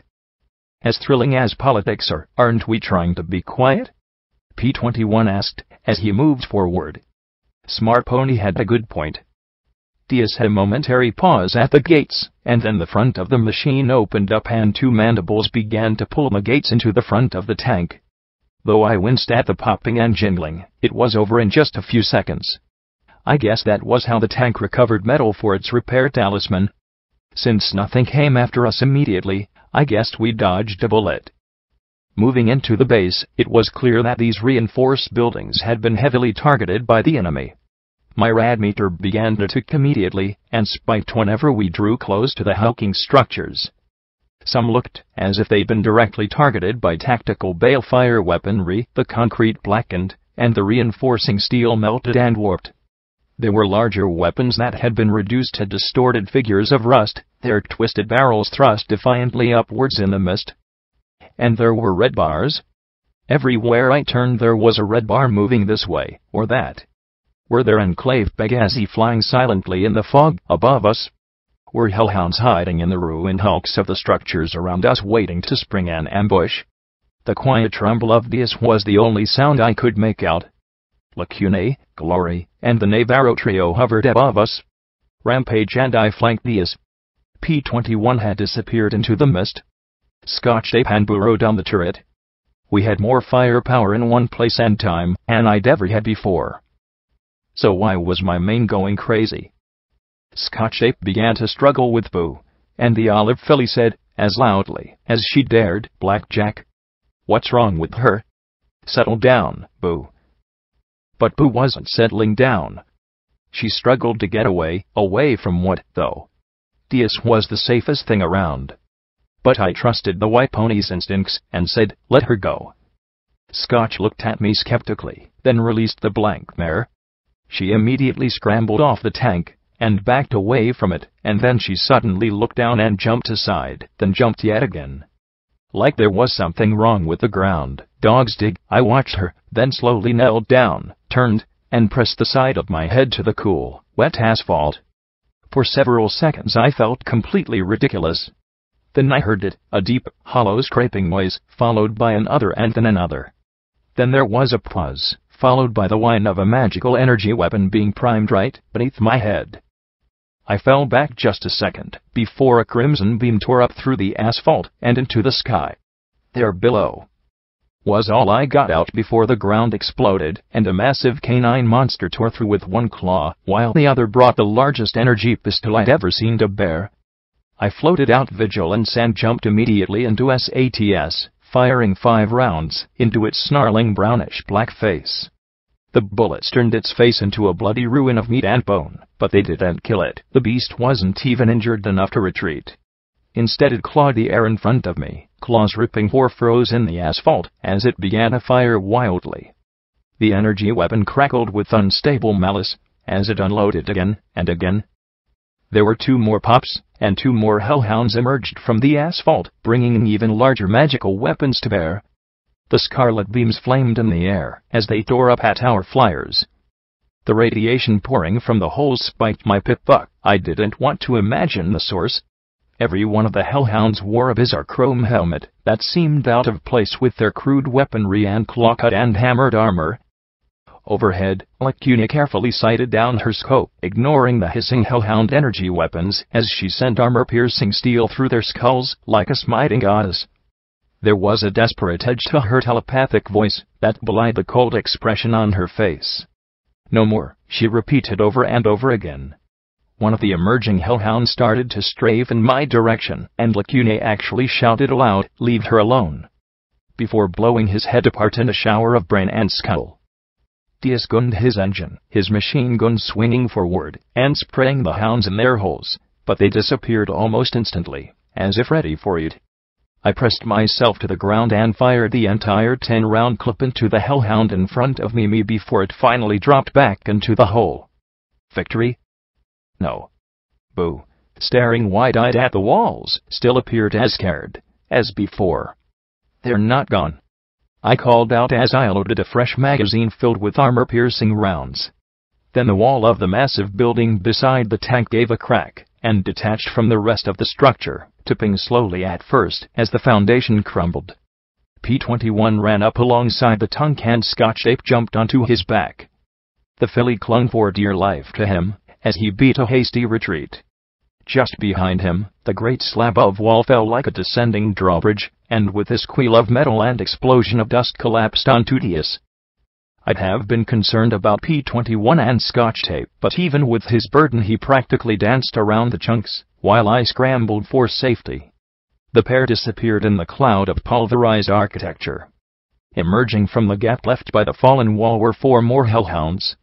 2 dropped to one knee behind a chunk of rubble, and sprayed the skies with a hissing, crackling, gatling variety of beaminess, while the other 2 lunged for Rampage and me. The heavily plated hounds dragged their claws along the asphalt, the long edges of their talons filling the air with an ominous scraping as they closed the distance.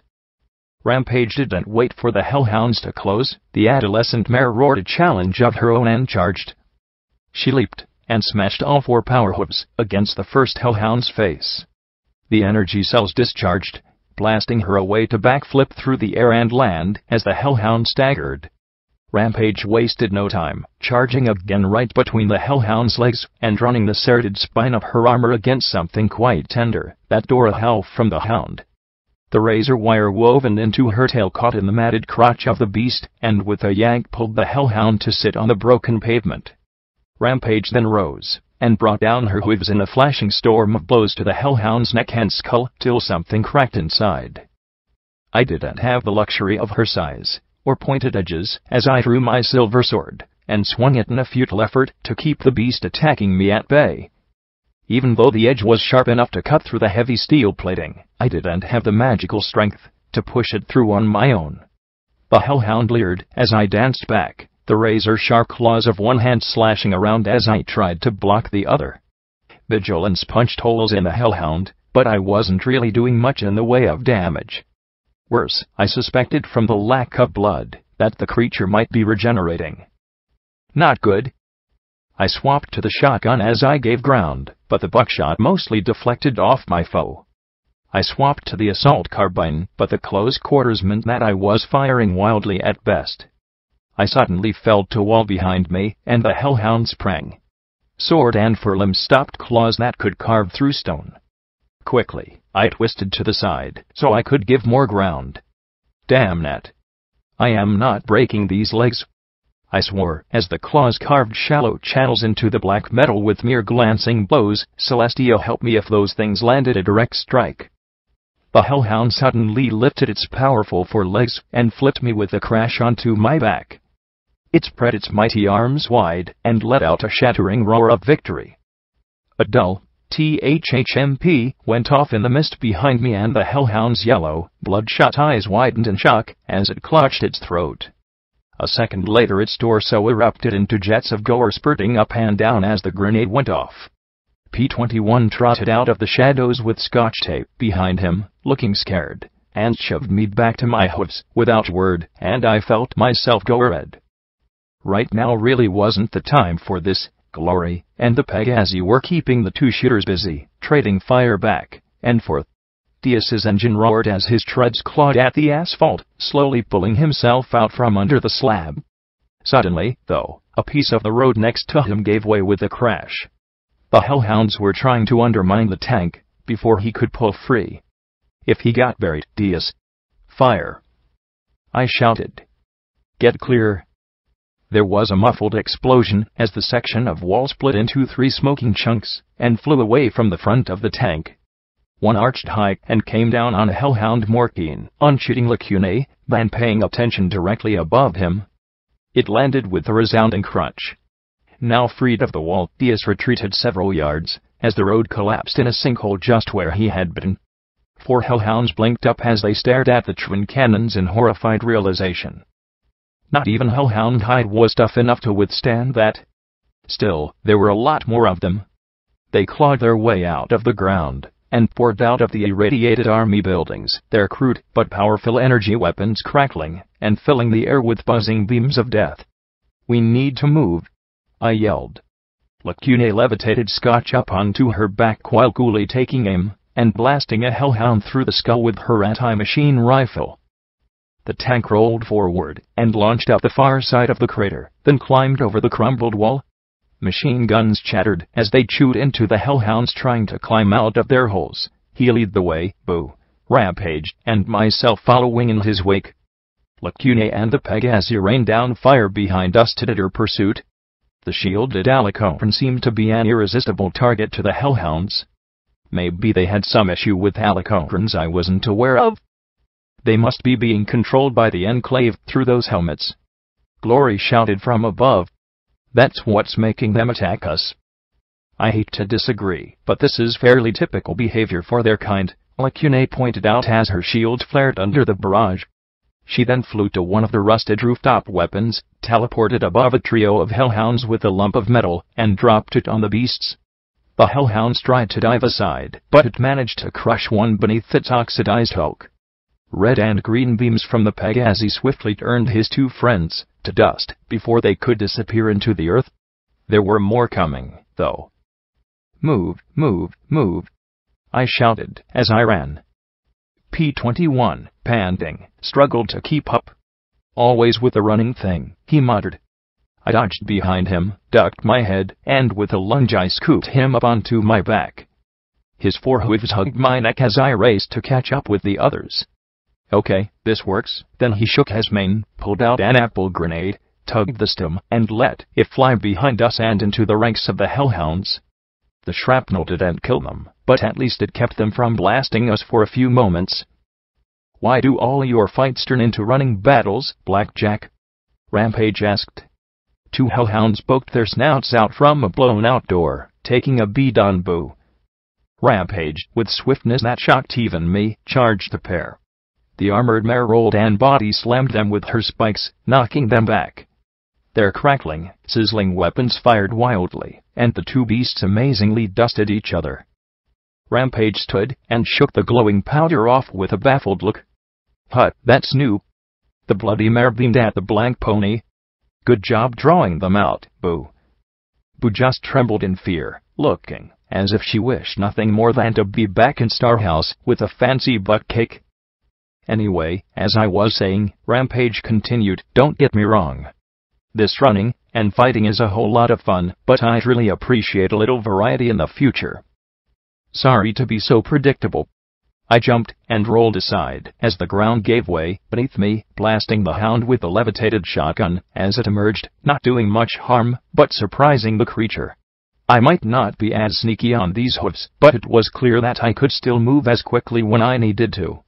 Then I saw Diaz driving beneath the footbridge between two of the large buildings, and saw the pack of hellhounds perched along the edge. Look out! But it was too late. As Diaz passed under them, a half-dozen of the armored beasts dropped down and began to rip into his armor with their claws. He tried to strafe them with the machine gun turrets, but the creatures wrecked the turrets with rending rakes from their talons before he was able to do any real damage. Hold on. We'll help, I shouted as I raced to try and pick them off the tank. Diaz had other ideas. He suddenly swerved and, engines roaring, blasted the reinforced wall of a building ahead and charged straight into the hole. A cacophony of screaming metal, roaring engine, and ripping steel filled the air, and a great storm of dust blew out the windows as he passed. From the crashing within, I suspected he was taking the roof down as well. Suddenly there was another concussive blast, and Diaz erupted back out onto the street from another newly made door, his scoured armor free of any clinging hellhounds. He rolled to a stop, trailing dust and smoke. Or, that'll work, I admitted. Diaz's engine gave a guttering laugh as the rips and tears slowly started to repair themselves. Scotch-Tape shuddered and averted her eyes. I could understand why. The rent machine looked like a banged-up skull. Lacune and the Pegasi, having seen that we were free from pursuit at this particular moment, flew down to join us. I glanced back the way we'd come. That was a whole lot of red bars. We can't keep running and shooting. Gronier or whatever his name was said that the Enclave were controlling them. We need to find out how and stop it. Personally, though, I'm more interested in why the Enclave is here in the first place and the gadget they're using. The Navarro Pegasi gave firm nods of agreement. Scotch-Tape staggered down from Lacune's back and onto mine. Glory looked at my forehoof critically. If they're broadcasting a signal, you should be able to pick it up on your pip-buck, Blackjack. Just try to find a frequency in the P-band, and she met my flat gaze and adjusted. Look for the strongest channel. It'll probably be a lot of buzzing and screeching terminal talk. Thank you, I said as I looked behind us. We're going to have to split up. These hounds really seem to love chasing Diaz. He can take them for a run. Sunset, Boomer, and Twister can help keep them away. Lacuna can keep contact between us. I wouldn't elaborate on how. If we stop the broadcast, then hopefully the hellhounds will let us go. If not, then we run, and tell Rover to teach his cousins about gratitude. Sorry. We're going to need one flyer with you, Twister said firmly. We were sent to find out what Thunderhead is up to. I can't run the risk that you withhold information. Fine. You can, I started to say when Sunset stepped forward. I'll go, the mayor said in a firm tone that allowed no argument. Twister looked a touch surprised at the mayor's assertiveness. Sunset went on, you're a better fighter, and I am, Sergeant, and you'll need Boomer's missiles. Twister looked at Boomer, who merely shrugged, and then back at the black-armored mayor. All right, Sunset. Keep a sharp eye and report back whatever you find, Twister said, before taking to the air again. Diaz gunned his engines and roared off back down the road with the two power-armored Pegasi and Alicorn in flight. We moved off to the side, and a minute later I felt a vibration under hoof. Nobody should be able to dig that fast. Perhaps they were taking existing tunnels and just digging the final stretches on the spot. When I started to move, P-21 reached out and stopped me. A second later I saw the slower red bars. Hellhound flankers moved along, sniffing at the air, as they pointed their ponderous, cobbled-together weapons about warily. For an instant, I was sure that we were doomed. I started to lift the carbine, but P-21 gave me the softest nudge. I glanced down and watched him give his head a tiny shake. I had to trust the smarter pony. A minute later the hellhound straightened, and took off after Diaz as well. We're downwind, P-21 said simply, as he slung persuasion around his neck once more. Boo had relaxed as well. I suppose that would do. I frowned, as I looked around but had no idea what I was looking for. A giant Enclave flag. A map with Hellhound Control Center, clearly marked, would be nice. I looked at Glory with a hapless smile. Ideas? Glory frowned and flew up a short way, turning this way and that before she landed. "Can I see your broadcaster?" she asked. I thrust out my pip-buck and she began to fiddle with it. "Wouldn't use a broadcast band, P-band, yep." There. A screeching, buzzing noise emanated from my pip-buck, and I immediately turned the volume way down. That must be it. Now, she repeated the same process with her own pip-buck, then finally worked on Sunset's armor. "Now, you stay here, Blackjack, and swing your hoof around till the noise is loudest. I'll fly 100 yards north, Sunset can fly 100 yards south, and we'll triangulate on the transmission source." Did I mention how much I loved ponies smarter than me? Following her directions, we managed to find a general direction in which the signal was stronger than others. Grimhoof had a completely different layout from Myremare or Ironmare. Dozens of reinforced structures were clustered together between large expanses of open terrain. In the distance, we saw Dia staring across the wasteland, with a crowd of hellhounds, in close pursuit. If it hadn't been for that, we never would have been able to dash across the breaks in cover. In several places we were literally tiptoeing around radioactive holes dug in the earth. While the misty fog might have given some cover from sight, I didn't know how well the hellhounds could sniff us out. "What's down there?" Scotch Ape asked, as we passed by one of the radioactive pits. "Who knows? Dysfunctional balefire bombs. Magical waste. Leaking stable tech reactors." "I don't want to find out," I said. Nothing good was underground in Hoofington. Yet I spotted what I hoped was our destination, a cluster of buildings, one of which had several large dishes pointed up at the sky. While many were streaked with rust, I suspected they still worked. The persistent cloud bank surrounding them was another strong indication of something Pegasus-related. Then there was a whoosh overhead, and two verti-bucks passed above us, stirring the air and exposing us. Fortunately, the two vehicles seemed to have bigger things to worry about at the moment, as they rushed towards the structure with the large dishes. "Is it just me, or does it feel like something is going on?" I asked, as the clouds closed in once more. Carefully, we picked our way forward. All it would take was one perceptive hellhound, or one EFS, and we'd be given away. Then we found the dead zebras and hellhounds, the bodies only a few days old, scattered across the broken ground. Dozens of striped corpses lay among about the dead canines. It had taken headshots from skilled snipers to drop the beasts. From the ashes strewn about, I could only imagine how many had actually been killed. Still, the presence of the zebras baffled me. What were they doing here? Was this another thing, like Yellow River, or something else? It was a hell of a coincidence.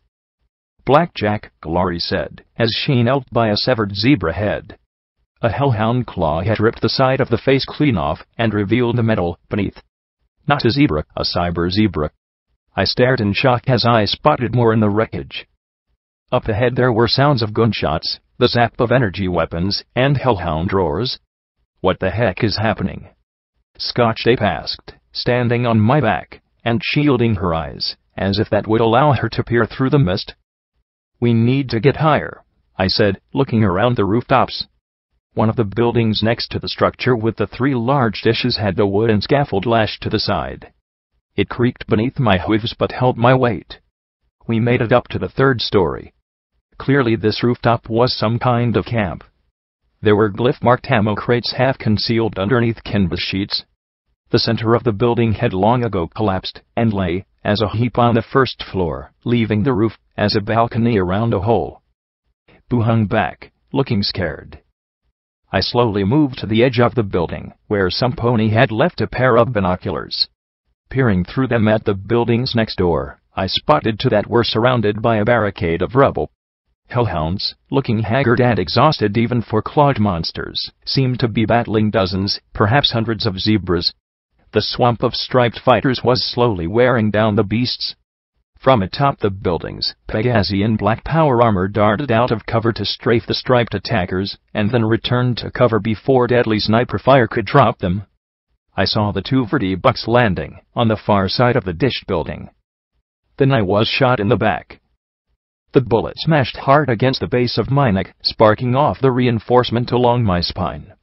Funny, something about the gunshot seemed awfully familiar. I whirled to look for the shooter, as my friends dove for what little cover there was. What I saw were ghostly blurs in the mist on the far side of the hole. Glory and Sunset immediately started spraying with their energy weapons, while Scotch-Ape rolled off my back to take cover next to Boo.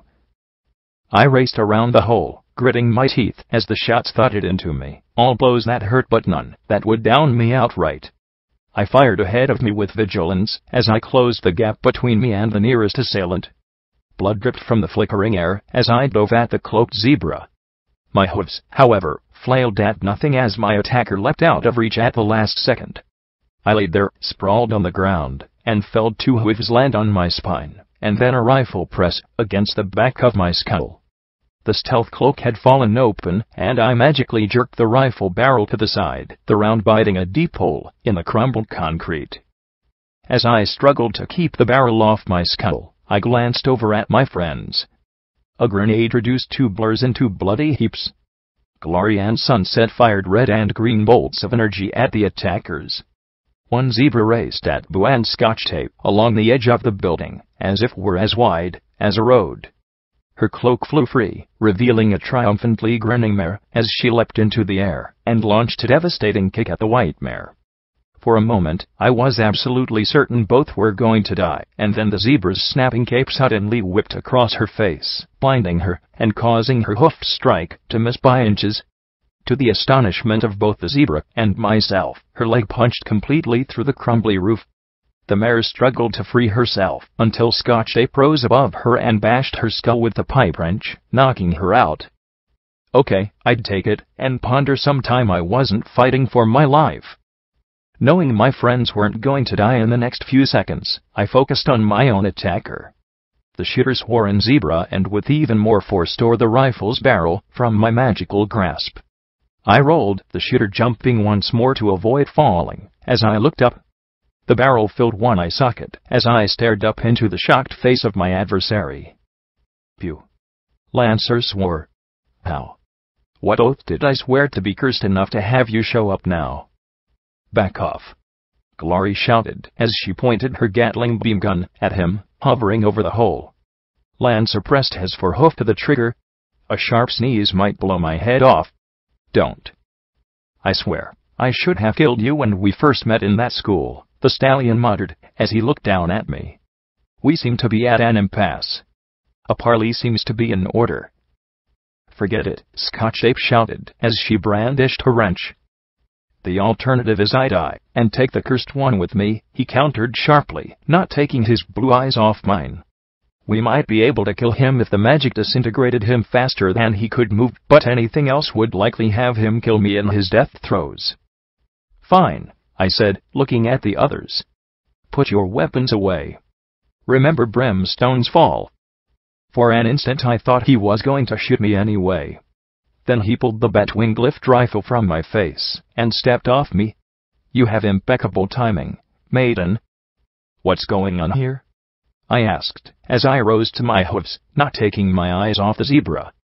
More were emerging from the lower floors. Over a dozen were moving into position below us to make sure that, if the fighting started, we'd be in a tight pinch. Probably his plan. I looked at him. Maybe we can help? The question drew shock from every pony except P21. No. You're a tempest in metal and pony flesh. I'll not, Lancer began. Then one of the other zebras asked something, and it made him grimace. No. We don't need their help. We'll reclaim what is ours without another sharp question from another zebra stallion, and he snapped back. For several minutes, a trio argued with Lancer. The sniper looked more and more anguished, his mane bristling progressively before he snapped. Fine. He rubbed the bridge of his nose. We are here to take back something stolen from us. What is your business here? I glanced at P21, then said, we're here to free the hellhounds from the Enclave control.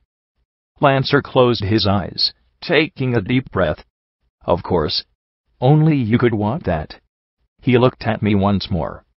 We've been struggling to breach their defenses. Every hour they bring in those machines and fly out with more of our property. I saw the cyber zebras, I said with a nod of my head, and the stallion grimaced. Yes, the brood of Coyote. They are formidable, and from his scowl, not appreciated. Unfortunately, they are not wearing down the Enclave defenses quickly enough. Any other ways in?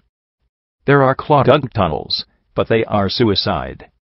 We have an underground passage secured, but we have been unable to breach the armored door, or hack the terminal.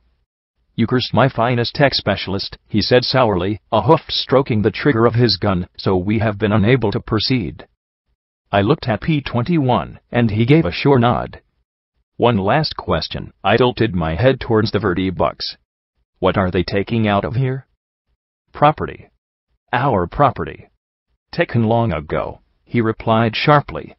From the press of his lips, I suspected that was all I'd get out of him. Guess we'll have to get inside to find out. Once we do, I trailed off, arcing a brow. He took a deep breath. If you can break the Pegasi control over the beasts, we will be able to drive them off. I doubt they will fight for the Enclave of their own volition. We will then reclaim what is ours. Fair enough. And you let us out of here, I added. Deal.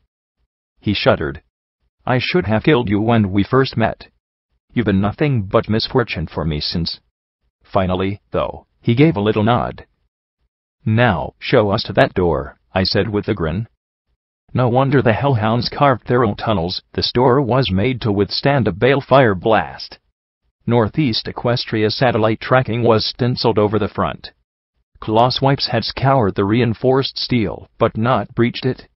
P-21 worked a terminal set in the wall with a thoughtful, methodical demeanor that would have had me climbing the walls in frustration. Lancer hadn't offered to accompany us, and I wouldn't have let him. Instead, a half-dozen zebras in black combat barding stood silently at the ready. These were the brood of Coyote. They didn't laugh, talk, glare at me, or do much more than follow.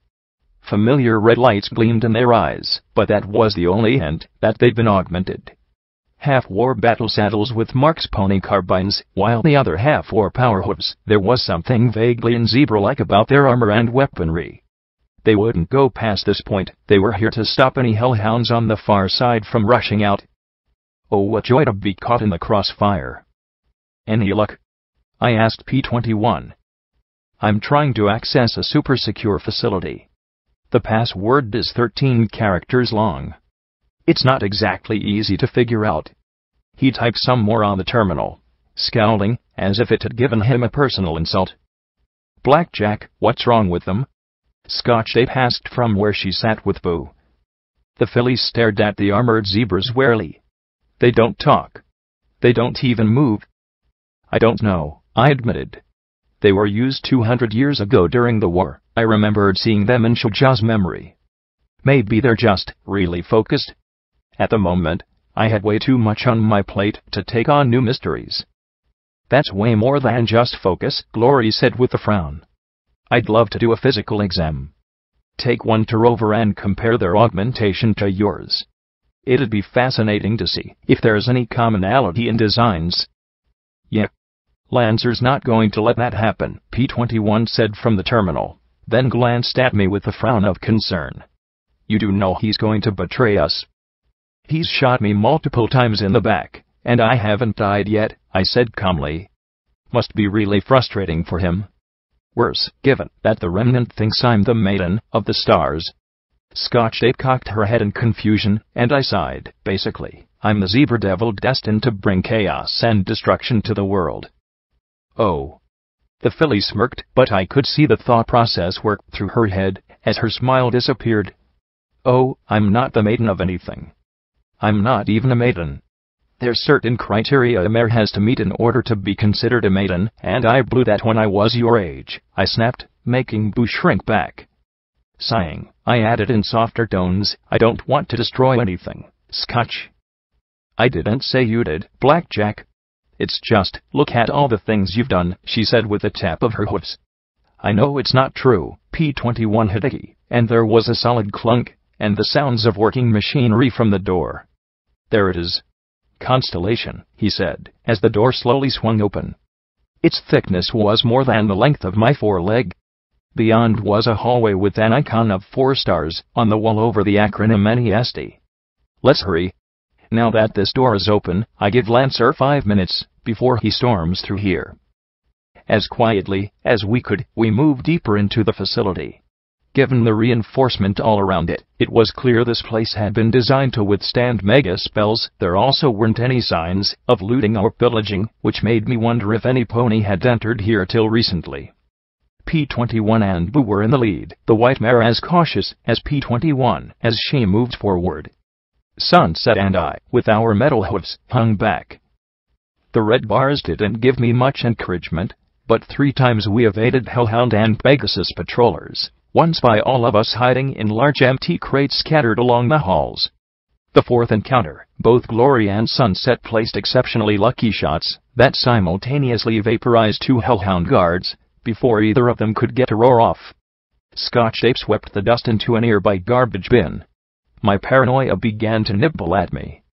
It shouldn't be this easy.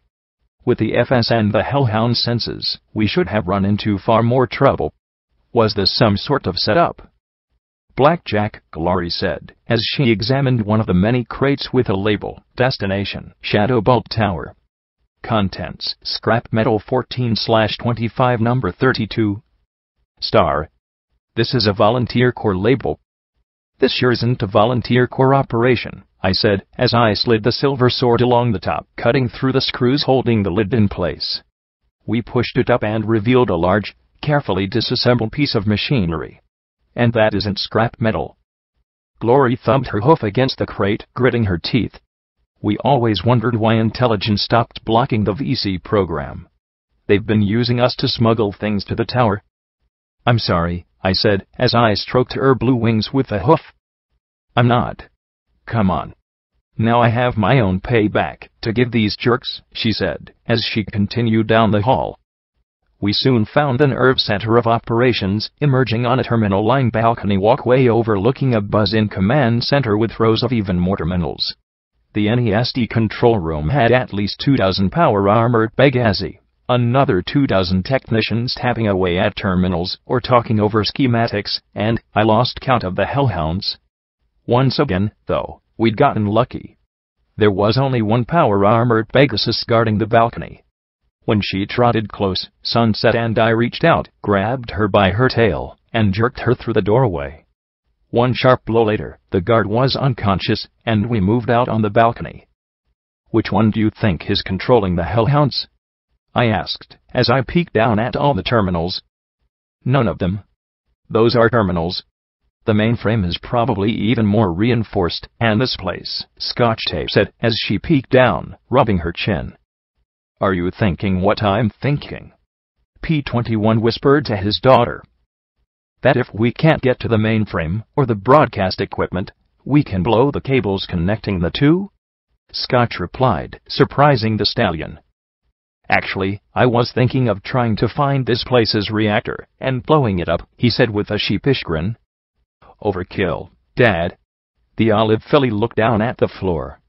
If I were designing this place, I'd drop the cables through the floor to mainframes, below and run the broadcast cabling up an armored central trunk. Which I think is right there. She gestured at a long square conduit running along the wall from floor to ceiling, passing right by the edge of the balcony. The problem is I have no idea how we'd carve our way in without every pony seeing us. Then a klaxon sounded, and at the alarm both Hellhounds and Enclave soldiers rained from the room, leaving the techs working more frantically than before. I looked at every pony, feeling that sense of paranoia growing. Nothing ever went this well for me. We moved to the end of the balcony. The conduit was almost the size of a pony. My silver sword floated out, and I pushed with all my might, slowly carving a hole in the half-inch steel. Behind it was some sort of copper mesh. I floated both the cutout and the sword back to me while P-21 prepared some plastic explosives. Then I munched on the metal. Blackjack, there's probably an auxiliary channel. This place has to have redundancy, Scotch Ape said tersely, as she glanced down at the agitated Pegasus technicians below. See if you can find it, and cut it. Right, I muttered, not having a clue of what it was I was looking for. Maybe a conduit with some sort of label saying, "Backup cables, please don't cut," on it. I moved back along the balcony with Boo following close behind me. Some of the terminals had burned out over time, but others still flashed their obscure data and messages. I wondered just what they meant, but really, all the Master, ESTN 37C 73%, and CBG1 connection lost meant nothing to me.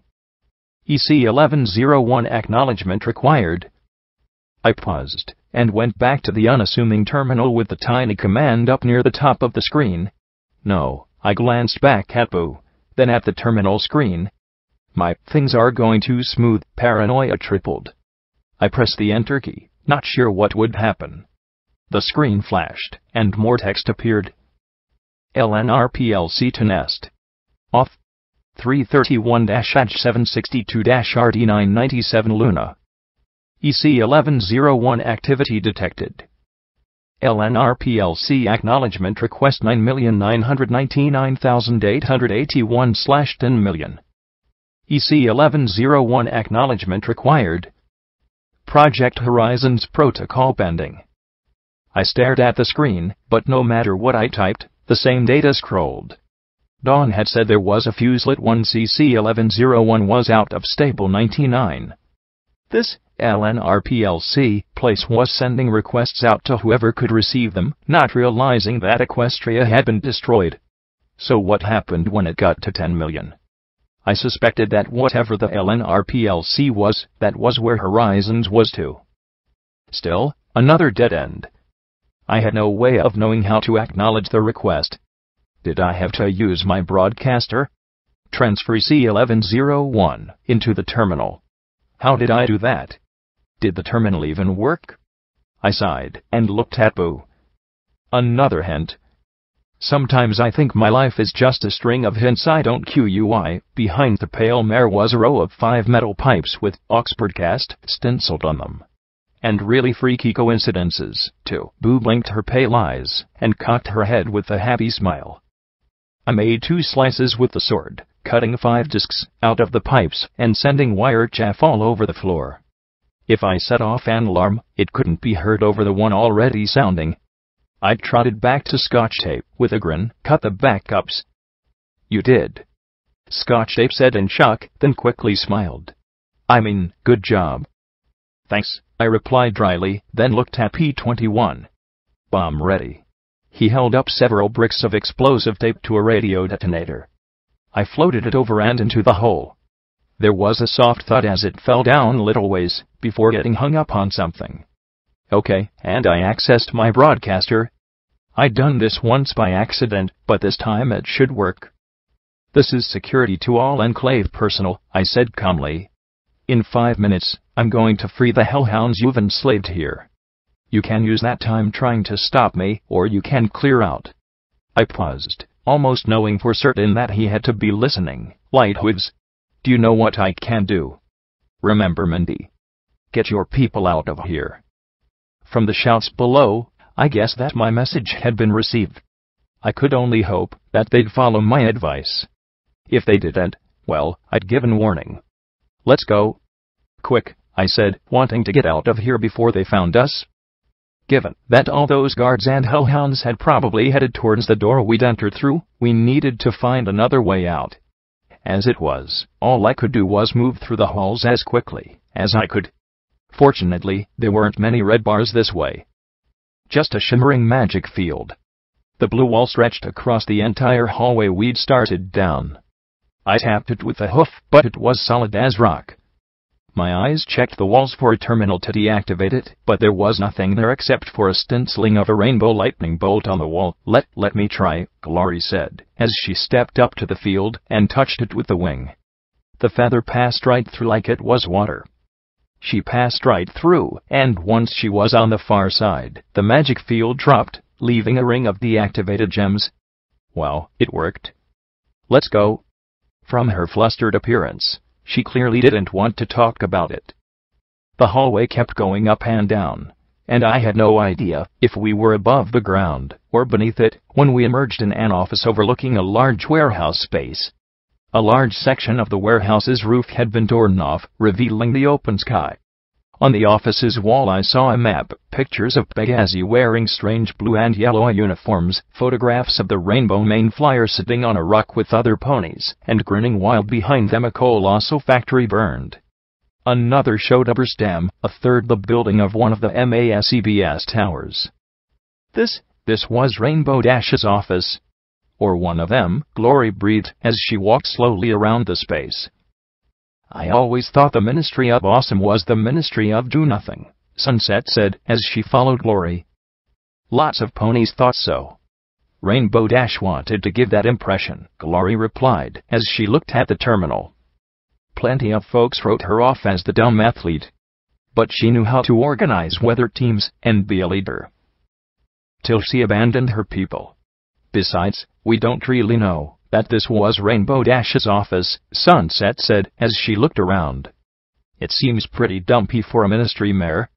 And that was true. There were empty Sparkle Cola and Buckweiser bottles on the desk, and empty potato chip bags in the trash. Definitely not a place a ministry mare kept to impress others. This was a working space. I had no difficulty imagining Rainbow Dash in here coming up with new plans and schemes with her confederates. But there was one surefire way to know that this was Rainbow Dash's office. It lay right beside a photograph of 6 young ministry mares in ragged and torn dresses with a dapper young dragon standing beside them, a mouth scrawled "Note read, Best Night Ever." In the upper corner, it was a small figurine of a purple unicorn smiling brightly back at me, clean despite the dust that covered everything else. I lifted the Twilight figurine and turned it over to read the inscription. Be smart. The pony gang was complete. Folks, you might want to look at this, P21 said, as he looked out the window, down into the warehouse. Holding the figurine, I trotted next to him, and looked myself. The cavernous space held racks and racks filled with familiar, long, tapered shapes. Of course, these weren't ablaze with blue fire. Missiles. Zebra missiles. Dozens of them. Perhaps hundreds. In the center of the building, a sort of workshop had been set up where the large missiles were being disassembled, packed into the VC crates, and loaded into 2 vertibix. Suddenly, it all clicked into place. Lighthooves had his delivery system, targeting talismans to guide them, and plague to load them with. He really did have a weapon to kill thousands, potentially tens of thousands. We've got to, I said, as I turned towards Glory and Sunset, and then I froze, as I turned to see only empty space beside me. I looked around in confusion, then spotted the door swinging closed on the side of the office. Roof access? Of course a Pegasus would have access to the outside from her office. I ran as swiftly as I could for the door, and spotted stairs going up through another ring of deactivated shield gems. I scrambled up the stairs and slammed the door open as I emerged onto the roof. Glory lay unconscious at Sunset's hooves as her glistening stinger pried and ripped the blue mare's Gatling beam gun off her and tossed the wrecked weapon over the edge of the building. The mare looked at me as I emerged, and the stinger at the end of her tail popped off. Sunset plunged her tail stub into a storage compartment on her side and withdrew it with a new tip, this one crackling with arcane lightning. I raced at the Pegasus as she crouched to pick up Glory. No! I screamed as I drew my gun and slipped into SATS, but Glory was now blocking my best targets. Instead, I aimed for Sunset's wing, triggering the targeting spell as I charged. The shot spit into the armor covering, but didn't ground her. The power-armored Pegasus launched herself into the air, carrying my love with her. No. Glory. I screamed at the skies, helpless to follow. Then there was a flash in front of Sunset, and 4 alicorn hooves slammed into her. She coiled her tail around Glory as they tumbled back to the rooftop. You shall not pass. Lacuni thundered, her eyes blazing. Sunset flipped and landed atop the roof, facing me and holding Glory as a shield. The crackling blade came around, pressed at Glory's throat. Get back. I'm taking her with me. Sunset shouted at me. If she can get through those shields, she's Rainbow Dash enough for us. Back. They all want her alive, but I'd be happy to rip out her throat and take a tissue sample instead. Twister and Boomer flew in, and I swapped to my carbine. Sunset. What the hey do you think you're doing? Twister shouted, as she flew towards us from the north with Boomer close behind. This wasn't the plan. There was a plan. I screamed, as I kept my eyes locked on Sunset. The Thunderheaders have missiles. Cruise missiles. If we can get into the SPP, then we can smack them right out of the air. Sunset shouted. We have orders to retrieve the Rainbow Dash copy. She can breach barriers, Twister. That's all the proof we need. Take out that helicopter, and we can get out of here. But Twister and Boomer weren't firing just yet. What are you waiting for? Sunset blurted. We have our orders. Glory's told me the Enclave aren't a bunch of selfish assholes. I shouted back, wondering if I could take the shot. A 3-round armor-piercing burst. Maybe. We have our orders. Sunset yelled. I've saved your life, Twister. Remember Yellow River? I asked, as I lined up my shot. Sunset was backing towards the edge of the roof. Behind us, I heard some low hellhound snarls. Clearly our yelling and gunshots were attracting attention. What's your call, Sergeant? Boomer asked, looking from Sunset to Lacuna. Twister looked down at Sunset. Now I know you want to do what's right, Sunset. I do too. Yes, we have orders. It's our job to carry them out, but not like this. Let Morning Glory go. I felt a deep gush of appreciation for the mayor for using Glory's real name. Hellhounds climbed over the far edge of the roof and began to race towards us, their dragging claws shrieking on the metal surface. In a moment it became clear that they were aiming just for me and P-21. Apparently Pegasi were off their menu, while under the helmet's influence. Traitor! Sunset screamed as she backed towards the edge. P-21. Fire! I shouted. P-21's hoof smacked the detonator in his tail. From the tall building with the dishes came the faint sound of a muffled explosion. The hellhounds stopped short of us, clutching their heads with screams. Then their claws curled in and crushed the helmets with a shrieking of metal. They tore the helmets off. No, Sunset murmured as she released Glory and turned to leap off the building. 2 hellhounds who had been about to tear me to pieces instead turned and leapt after her. Their claws sank through her armor, and Sunset screamed as she was borne to the ground, claws ripping her armor and flesh to pieces. 2 more hellhounds immediately began blasting into the air, forcing Twister and Boomer and Lacuna to evade their red blasts. Other hellhounds closed in to finish every pony not in power armor off. Nar sent me. I yelled as 2 leapt upon me. One grabbed my throat and pulled back his hand to rip my head off in one swing. Nar sent me to free you. The hand paused. Fierce, cunning eyes stared into mine with a palpable hatred. Then the hand around my neck released. Leave, was all the hellhounds said. Then, with a howl, the hellhounds left the rooftop. With a whoosh, the vertibix lifted out of the hole in the roof and made for the skies. One had a hellhound clinging to its side and struggling to rip its way to the Pegasus flyers. I checked to make sure Glory was okay. She was unconscious, but alive. I didn't look at Twister and Boomer, as I said, you should get out of here too. Tell your superiors that Lightwiv's plans on using missiles to deliver his bioweapon. Blackjack, Twister began. What about Glory? That's up to you, I said quietly. Rainbow Dash was Twilight's loyalist friend. Twilight always knew that Rainbow Dash would do what was right, eventually. I guess it's up to you to decide who your loyalty is to. I slipped the Twilight figurine into the saddlebag that held the others. The 2 looked at each other, and then took off, flying southwest. I could only assume they'd find their way. I cradled Glory as I looked to Lacuna. Take us out of here. 15 minutes later, we were reunited with Diaz and Rampage and riding the tank away from the base. Rampage had a novel counter to the anesthetic that had incapacitated Glory. The shot of Dash that Rampage administered had Glory awake, and practically bouncing on her hooves. Right. Rematch. Next time I'm going to take them all down. 10 seconds flat, she said, as she punched the air with her hooves, snorting. I like this glory. She's goofy, Scotch giggled. Wait till the dash wears off, I countered, hoping we wouldn't have another addiction to worry about when she crashed. I then filled rampaging on everything that happened while we were gone. The striped mare listened to the story of our infiltration, muttering sourly, wow. You have all the luck. In. Out. Killed a traitor. Freed a bunch of bloodthirsty monsters. I should have gone with you. We've just been leading hellhounds around in circles. Diaz rumbled his engine in reply. Yeah, well, I don't want to make a habit of it. Hope Rover's happy, I said, as I rubbed my throat. Hellhounds and sand dogs aren't even close to each other. I'll take cyber dogs over radioactive hounds any time. Blackjack.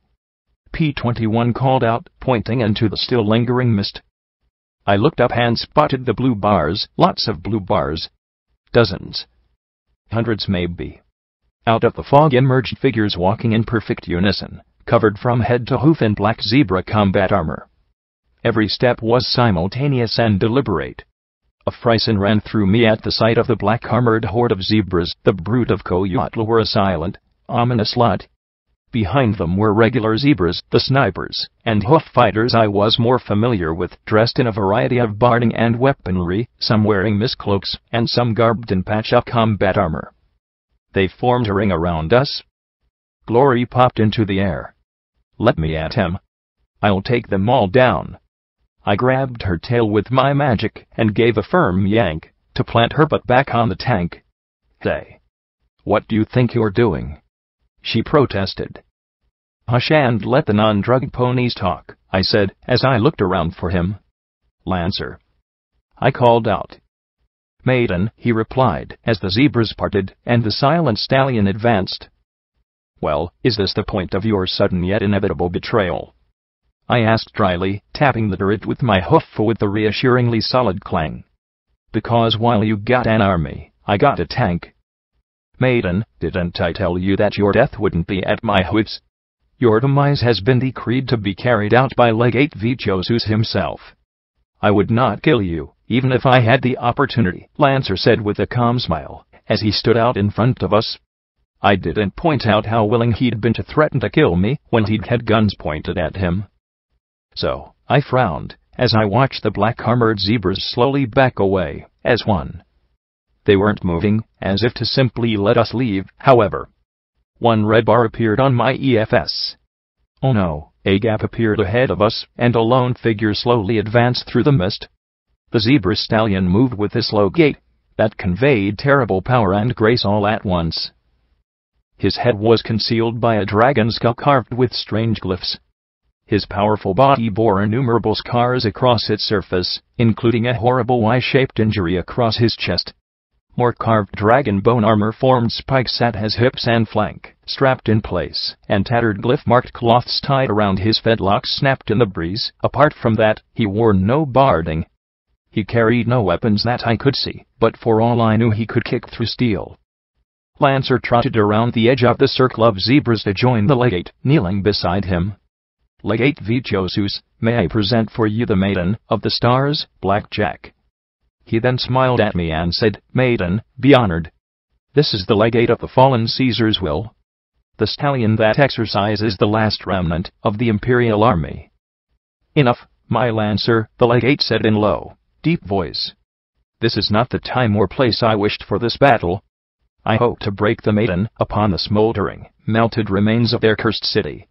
You have forced this confrontation prematurely, my Lancer. Lancer stared, as if struck. Legate.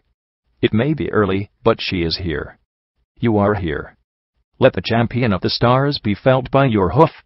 He paused, then added, I know we were unable to retrieve the talisman of the eternal warrior, indeed. You have failed to do a great many things. You were unable to slay my treacherous mate, you failed to retrieve the bones of the stars, and the talisman escaped you. Now you force this premature confrontation, the legate boomed, as he stared at me atop Diaz. At times I think your certainty that she is the maiden is simply a way to cover your own failings. I'm not, I replied, as I looked down at him. I don't have an argument with you, Legate. We simply want to go. He regarded me for a long moment. You seek to save the people of this cursed land?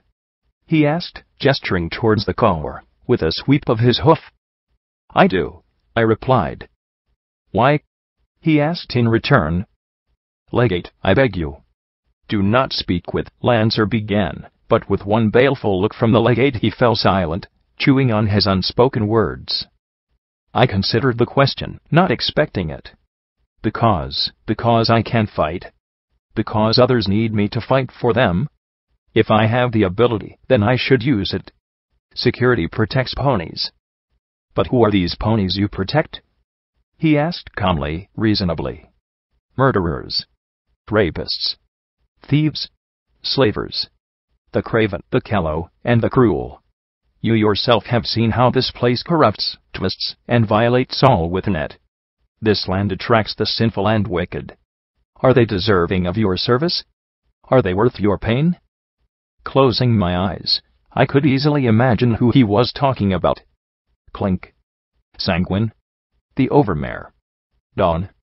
Even the Reapers, the Flash Fillies, the Burner Boys, the Half-Hearts, the Enclave. Maybe not. I have to admit, there are a lot of bad ponies in this place, I replied quietly. I could feel all eyes upon me, and not just those of my friends. I imagine Priest watching me. Roses and thorn. Dusty trails. Snips. Lemongrass. Marmalade. Mother. But even if there are bad people here, there are good ones, too. I could see Charity and Bottlecap. Rover. Cynical Trudge. Keeper. The ghouls of Meat Locker and the fillies of Chapel, and the ponies of Riverside and Megamart, and I smiled as I looked down at the legate. Maybe it's not about being good and bad, Legate. Maybe it's about trying harder to do better, to be better people. And so long as there are people here trying to do that, I'll give them all the protection I can. Security saves ponies, I finished simply. The legate looked up at me and smiled. Then we are enemies, whether you are the maiden or not. It is my solemn duty, since I assume command of the Remnant, to execute the Caesar's final orders, and destroy this vile place, and all who live here. He took a few steps forward. It appears, maiden, that we are at an impasse. It is unfortunate that I cannot break you, when you are at the peak of your destiny. Shucks. Too bad for me, then. I sighed, and sat down on the turret top, frustrated that we couldn't come to some sort of arrangement that didn't involve fighting. South. Is this something that's just between me and you, or can my friends help? He just smiled, and from around the ring came an ominous clatter of dozens of weapons being readied simultaneously. Certainly, if you wish my friends to participate also. That wiped the smile from my face. I got a tongue on my side, I reminded him. Dias revved his engine in agreement. This fact didn't seem to perturb the legate in the slightest. You do. And perhaps that alone would be enough to win. But you have many friends as well. Loved ones. Children. Can you live with them dying on your behalf? Will you so eagerly slaughter dozens to win? The calm certainty of his smile chilled me. You're pretty confident. What if I win? I countered with a frown. Then the Remnant will withdraw until a new legate is chosen. Perhaps that will not happen for years. Perhaps it will never happen, he countered with sublime confidence that it would not need to happen at all. Is it not better this way? Had your princess, or your predecessor, faced the Caesar, in fair combat, the war may never have happened. With one duel, you may end a threat to this wicked place forever. Oh, that was tempting. He knew exactly how to push my buttons. I glanced at all my friends and hopped off Dias. Give us a chance to talk it over, I asked. The legate nodded his skull-helmed head, while Lancer stared on in shock, his mouth moving in feeble disbelief. We pulled into a tight circle. Don't even think about it, P-21 warned me quietly. I can't take him all on, Glory said with a snap of her tail. I'd pay to see that, Rampage laughed with a nod to Glory. We need to dose her on Dash more often. No, I replied. Rampage arched a brow, and I amended, no, to the dash. No to fighting all of them. I don't want to risk all of you against him. P-21 rolled his eyes. And what makes you think we want to risk you against him on your own? I'm not going to sit by and watch you fight some spooky zebra, Glory said with a snort. I don't want to fight him at all, I said, as I glanced over at the legate. And oddly, I don't think he wants to fight me, either. Something about this feels wrong. So as soon as Diaz and the rest of you are clear, I want like you need to find the nearest radiation crater, suck up the rats, and come yank me out if things go bad. With luck, he'd be just another zebra, but I doubted it. What if we want to fight anyway? Rampage said with a scowl, and Diaz rumbled in agreement. We don't have to just walk away 'cause you say so. I sighed, and closed my eyes. Rampage, please leave this to me. Then I smiled to her. Trust me. If I can beat him here, and now, then the Remnant won't be a problem. He's right about that. I'd rather not fight another war. She screwed up her face, grimaced, as if she had a bad case of indigestion, and finally slumped. I don't like this, Blackjack. This guy, he feels familiar. In a bad way. A part of me just knows him.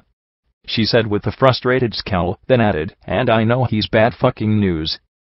I knew what she meant. Something about the way he talked, even the way he moved, nagged at me. I turned back to him. I want your soldiers to pull back.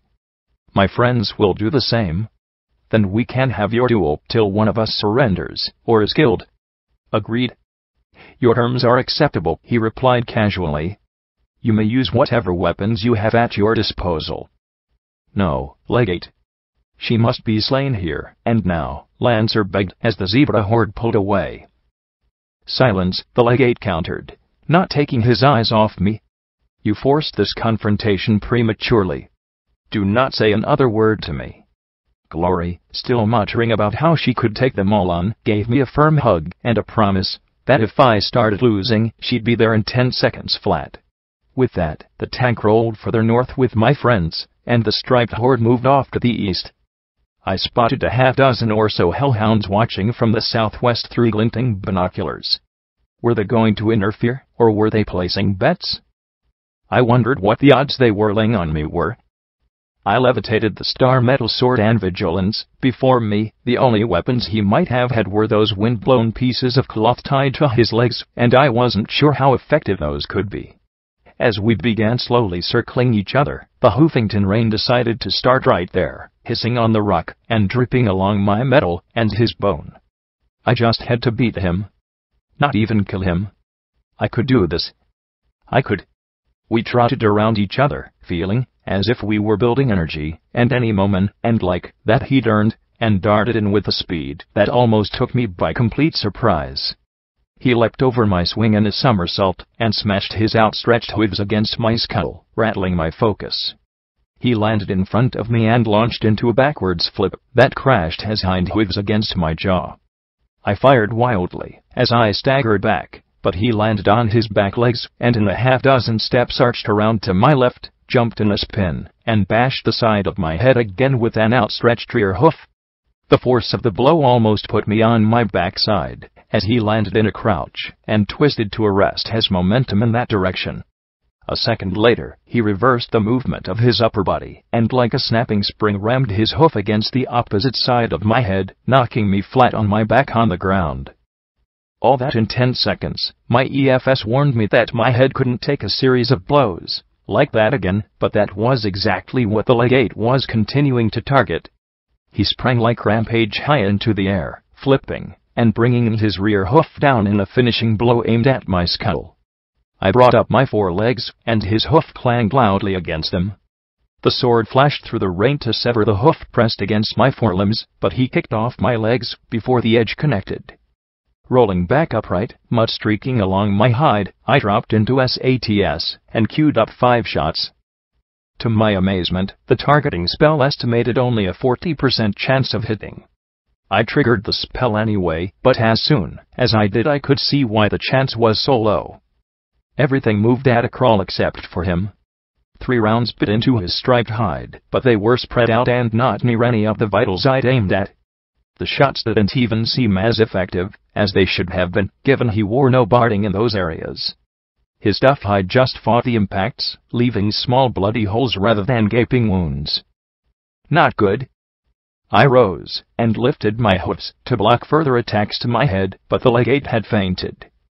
Once again on his hind legs, he moved along the left side of my body in a single revolution and slammed both forehooves into my ribs with enough force to drive me back down to my knees. Then he snapped another forward flip that brought his rear hoof slamming right on my spine. Had I not been augmented, he probably would have snapped my back. Rampage says if you don't start moving, it's over, Lacune said tersely in my head. I can also try to shoot him from here if you can't stop his motion. No. If the zebras see you aiming, it'll be a bloodbath, I countered. Rampage's comment was a fair point, though, and I ignored the throbbing pain and heaved myself into motion, charging him. He was faster than me and had to be as tough as me. I doubted he was as heavy as me, though. Spraying muddy water everywhere, I closed in on him. I knew he'd try and dodge, and he did, jumping to the left. I reached out with my magic to grab his hoof and nothing.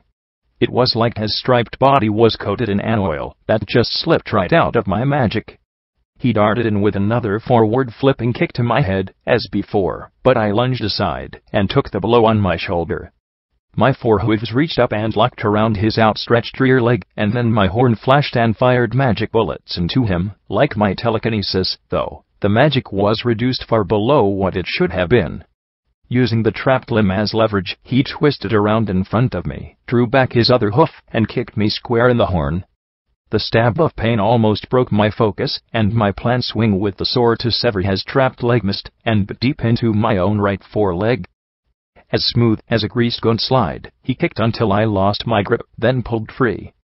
I didn't stay put and let him simply spin kick me yet again, though, instead backing away and blocking the attack. Perhaps I could wear him down. Then I saw that the holes I'd punched in his side were closing before my eyes. Oh, come on. You're ridiculously fast, strong, partially bulletproof, magic-resistant, and regenerating. I protested, pointing my sword at him. How? You are hardly one to complain about unnatural abilities, he countered, gesturing with a muddy hoof at my synthetic limbs. You profaned your body with metal and machines to gain your strength, violating your very essence, he smiled, and Celestia damn me if the bastard didn't flex his powerful muscles and send half the zebra mares behind the brood of Coyotl whooping. Still, he was giving me an opening and a breather, which was a little baffling, since he was supposed to be finishing me off. As I rose back to my hoofs, he continued, whereas I have augmented my body with sanctified alchemy and sorcery that only the zebra possess. The fury of the spirits, the might of dragons, the ferocity of griffins, the power of things beyond your grasp. He posed like a magnificent striped god before his followers. If he'd been a little more reckless, I'd have thought him a braggart, but he never took his eyes off me and gave me an opening to knock him out. Either he possessed scary confidence in his abilities, or something was going on here. Well, great. Good to know. So we're going to be locked in an eternal struggle here, then. I countered sarcastically, at the same time thinking frantically to try and figure out what he could be up to. No. Simply until your power reserves are drained, he replied casually. I shall not tire, and my body shall not fail. Yours, however, he trailed off as his smile widened. Crap. I queried my available power in my EFS, and the moment my attention moved off him, he was on me. One of his rear legs swung low to the ground in a powerful circle, and swept me off my hooves again. My focus snapped, the blade spinning off into the muck around us. Without stopping his spin, his outstretched hoof crashed against my descending skull, and spun me away into the mud. I groaned, and stayed on my back for a second too long. His circling hoof continued around a third time, changing orientation from horizontal to vertical, and crashing down on my chest with such force that even my synthetic lungs had the breath blasted from them. Pathetic, he said, as I lay there, my chest making disturbing crackles and wheezes as my lungs reinflated. It is your destiny to be defeated by me, but I had hoped for something grander. We're going to come back, Lacune began to say in my mind. No, I shouted, feeling the old, familiar need to win growing within me. I flushed as the legate got to brow and hissed mentally, stick to the plan. I can handle this preening son of a mule. No. You have nothing more? The legate tilted his head with a question, then straightened and broadened his smile a bit. Oh, are you communicating with your friends? Some internal radio. I spat something that tasted of oil and blood into the mud and glared up at him. You're stalling again. Why the fuck don't you finish me off? Don't worry about them, I hissed as I lifted myself back up. Worry about me. My horn flared as I threw vigilance, sacrifice, and duty in a surge of desperation, firing wildly at him as I charged. The bullets tore into his striped hide, ripping bloody holes as he crouched before me. I just needed a few more shots, a few more good hits. A few more. He sprang backwards with that disturbing zebra graze, though, and flung a glob of muck directly into my face just as I entered SATS. No. I fired away blindly, blinking, and trying to restore my vision. When it cleared, wait, where'd he go?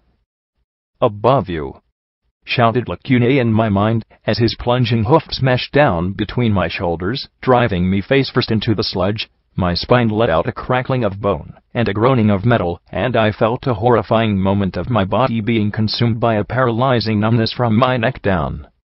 My focus broke, my guns falling out of sight in the muck. Enough is enough. We're coming, no. I groaned, as the tingling impact-induced anesthesia abated. The legate circled me as his unhelmeted followers cheered. Lancer smiled like it was Hearth's-warming eve. I'd win. I was a cyberpony killing machine who wasn't going to be defeated by freaky zebra martial arts. I'll beat him. I croaked. Pitiful, he said in a voice of disappointment that only my mother was allowed to use, but he just kept circling as I struggled to rise. Why are you not greater? Your destiny is for so much more. Power. Destruction. Yet you wallow in the muck like a sow.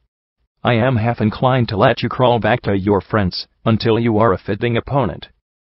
Lancer's grin disappeared like a popped balloon. Father, no. Finish the maiden before her friends come and spirit her away. Oddly, the legate wasn't smiling either. If anything, he now seemed frustrated.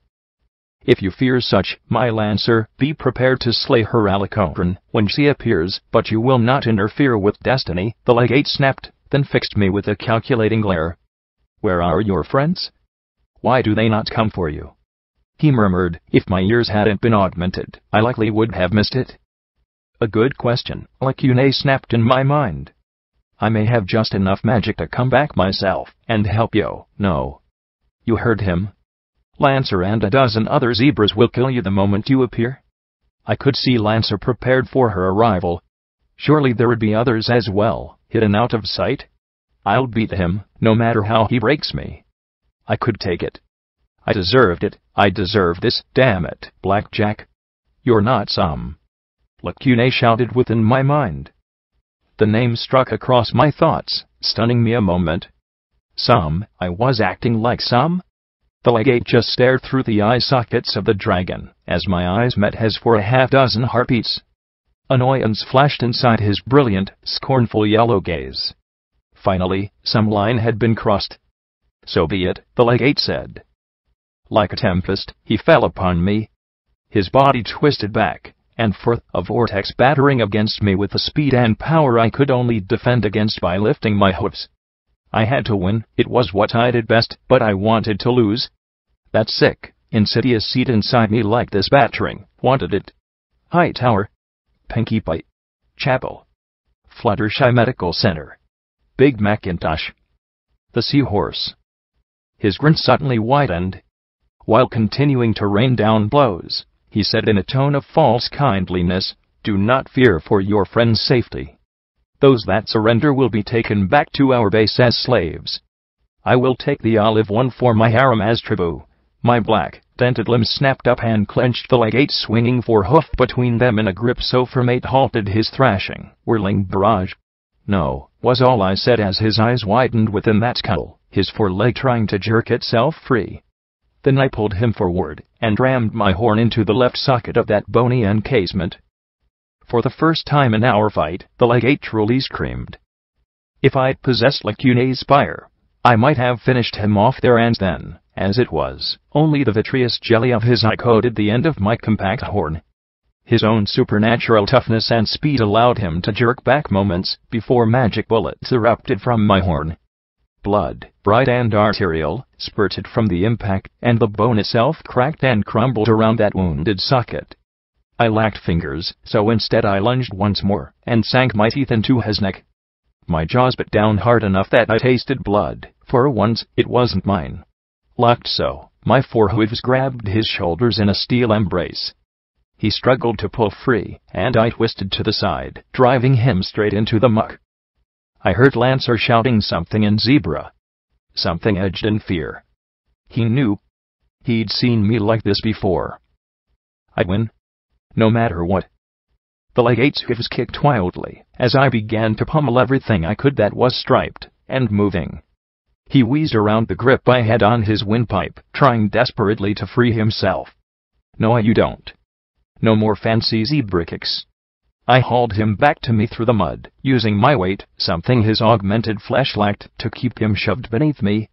I raked his belly with the dull blunt ends of my hooves, forcing them into his flesh, as he struggled, and finally ripped his throat free from my mouth. It wasn't the first flesh I'd eaten. Rising over him, I slammed my forehooves repeatedly into his body. The dragon bone helmet saved his head, but with each kick I felt more bones break. I knew he was striking me as much as I was him, but I simply paid that no mind. I had to end it now. My augmented body was burning through its power reserves just as it had at Yellow River. Then I spotted a star metal hilt poking out of the muck, beckoning. My magic reached out and pulled my blade to me. I smashed him hard, flat on his back, beneath me, and my magic raised the sword high. Let's see if he could regenerate his head. Half of my face exploded in pain, that cut right through my fury and focus. The right half of my world disappeared into a wild blizzard of colors and shapes as shrieking, staticky feedback shot through my skull. I screamed, as a red-hot dagger of agony plunged itself through my right eye, my body arcing back as my hooves clenched over the wound. The legate gave a heave beneath me, throwing me off. Any second now he'd finish me off for good. I clenched my eyes shut as I writhed. I felt the familiar floating sensation of death surround me, and I finally relaxed. Finally, I see Mother again. I hovered somewhere dark, still, and silent. This didn't feel familiar. It was like the darkness of Unity, but empty, save for myself. Nowhere to go. Nothing to see. Simply myself. "Hello," I said, my voice thin and small. Then I spotted someone else, dark and distant. A white nimbus vaguely outlined her. "Hey. Who's there?" I shouted as I ran towards them, then slowed, then came to a stop as I saw her white mane and black coat and the candle on her flank. "Who?" Some turned, bringing up pennants. The sniper rifle pointed at my right eye, and a blinding flash cut through the darkness. When it faded, the unicorn was gone, and I was alone once more. I trembled, unarmed and unsure. I'd really like to wake up now, or move on, or something. A faint lilac gleam appeared in the darkness, highlighting an alicorn. "Lacuna!" I shouted as I raced towards her. She'd get me out of this, but it wasn't Lacuna. Tall, cool, majestic and beautiful in her royal regalia, Princess Luna turned and looked down at me, tiny stars gleaming in her mane. Her teal eyes held only sadness and pity for me. Princess Luna. Suddenly she reared up, her purple aura becoming a frigid blue corona, as her delicate ceremonial yoke became star metal barding, and her tiara a cruel helmet. Her eyes blazed, fiery and dragon-pupilled. "You little fool! Thinking you can be me?" she roared, as she reared up before me in the dark, and then she brought her hooves down upon my head. Again, darkness. I curled up, trembling. A distant red glow loomed, and I watched it tearfully. This one approached slowly, relentlessly, inevitably. The red glow grew like a flamer spreading across that vast void around the dark figure. This time, I turned, and ran as fast as my white hooves could carry me. But though her slow step remained constant, the distance between us closed. I could hear the crackle and the screaming behind me as the darkness was consumed by the inferno. "Stay away," I screamed, as I whirled, raising my hooves in horror at the figure. A white unicorn fused with black steel looked down at me with light flickering in her hard, soulless eyes. A field of strewn bodies spread out behind her as her black and red mane snapped in an ethereal wind. So many dead. Raiders. Foals. Stable ponies. Zebras. Hellhounds. Steel rangers. An endless field of death punctuated by a rainbow mane, a bloody fedora, a broken purple wing, and an olive filly embracing a mare no longer pristine white. She pressed a gun to my right thigh. I stared down the barrel's spiraling rifling, and into her merciless grin simultaneously. "Can't escape the maiden," Blackjack said, and my world exploded once more into a white I hoped would never end. "Tilde, Blackjack." A mare called from somewhere both close and distant. "Blackjack." One by one, sensations returned. Cold, wet metal on my back. The rumble, accompanied by a faint vibration, of an engine. Pain throbbing through the right side of my face. Sadly, this was all distressingly familiar. "I got shot, didn't I?" I muttered, looking up into the wide eyes of Glory. "Don't move," she said in concern as she looked down at me, chewing her bottom lip in worry.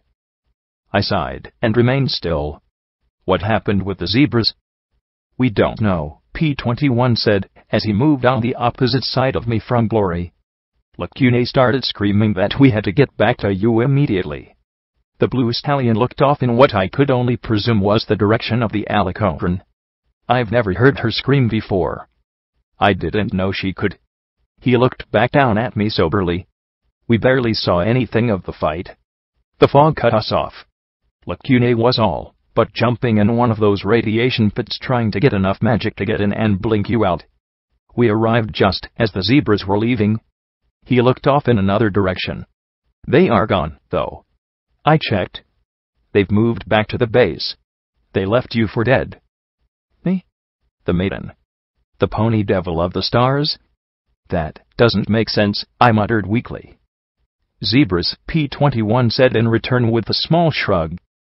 "I got a head," Rampage said. "It's only got one eye, though." "Head?" I muttered, starting to get alarmed.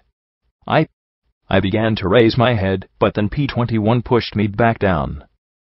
"Don't move." "Not unless you want to break out your eye patch again," the blue pony said, as something wet and fleshy thumped heavily onto the metal beside me. "Lacune, make sure Scotch and Boo don't see this, please." "What's going on?" I asked. "The bullet went into your right eye, Blackjack. It deflected, and it's sheer dumb luck that the round exited out under your right ear, and not your brainstem," Glory said in a shaky voice. "Celestia, I want some more dash." "Got some right here," Rampage said brightly. Chemical confidence in a nice little inhaler. P-21 raised a hoof out in the direction of Rampage's voice, and shook his head. Glory took a shaky breath.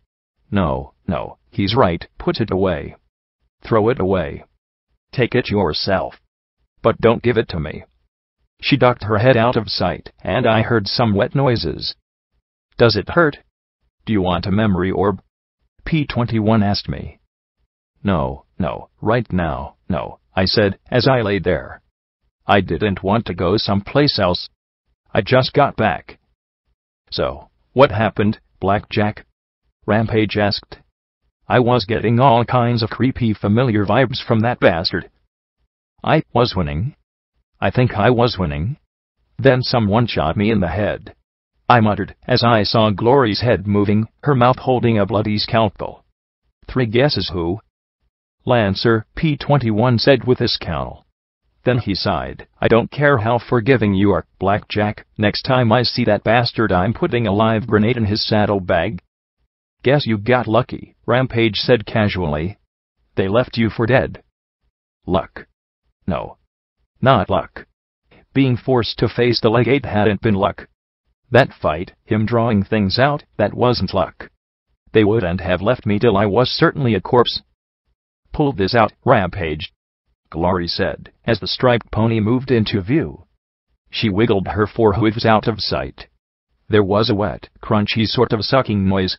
Gently. "It's an eye, not armor plate." I don't tell you how to stick eyes into skulls. Don't tell me how to rip them out," Rampage replied. Finally, there was a pop, and she held up a metal and glass orb, with a few streamers of meat and wire dangling from the back. Rampage turned it over in her hoof claws. "Whoa, freaky." Glory scowled at the eye and took it from Rampage. "This is impossible." She started to do something with the eye out of my sight, and I heard an unpleasant metallic scratching sound. "What is it?" I asked in worry. "I'm not sure.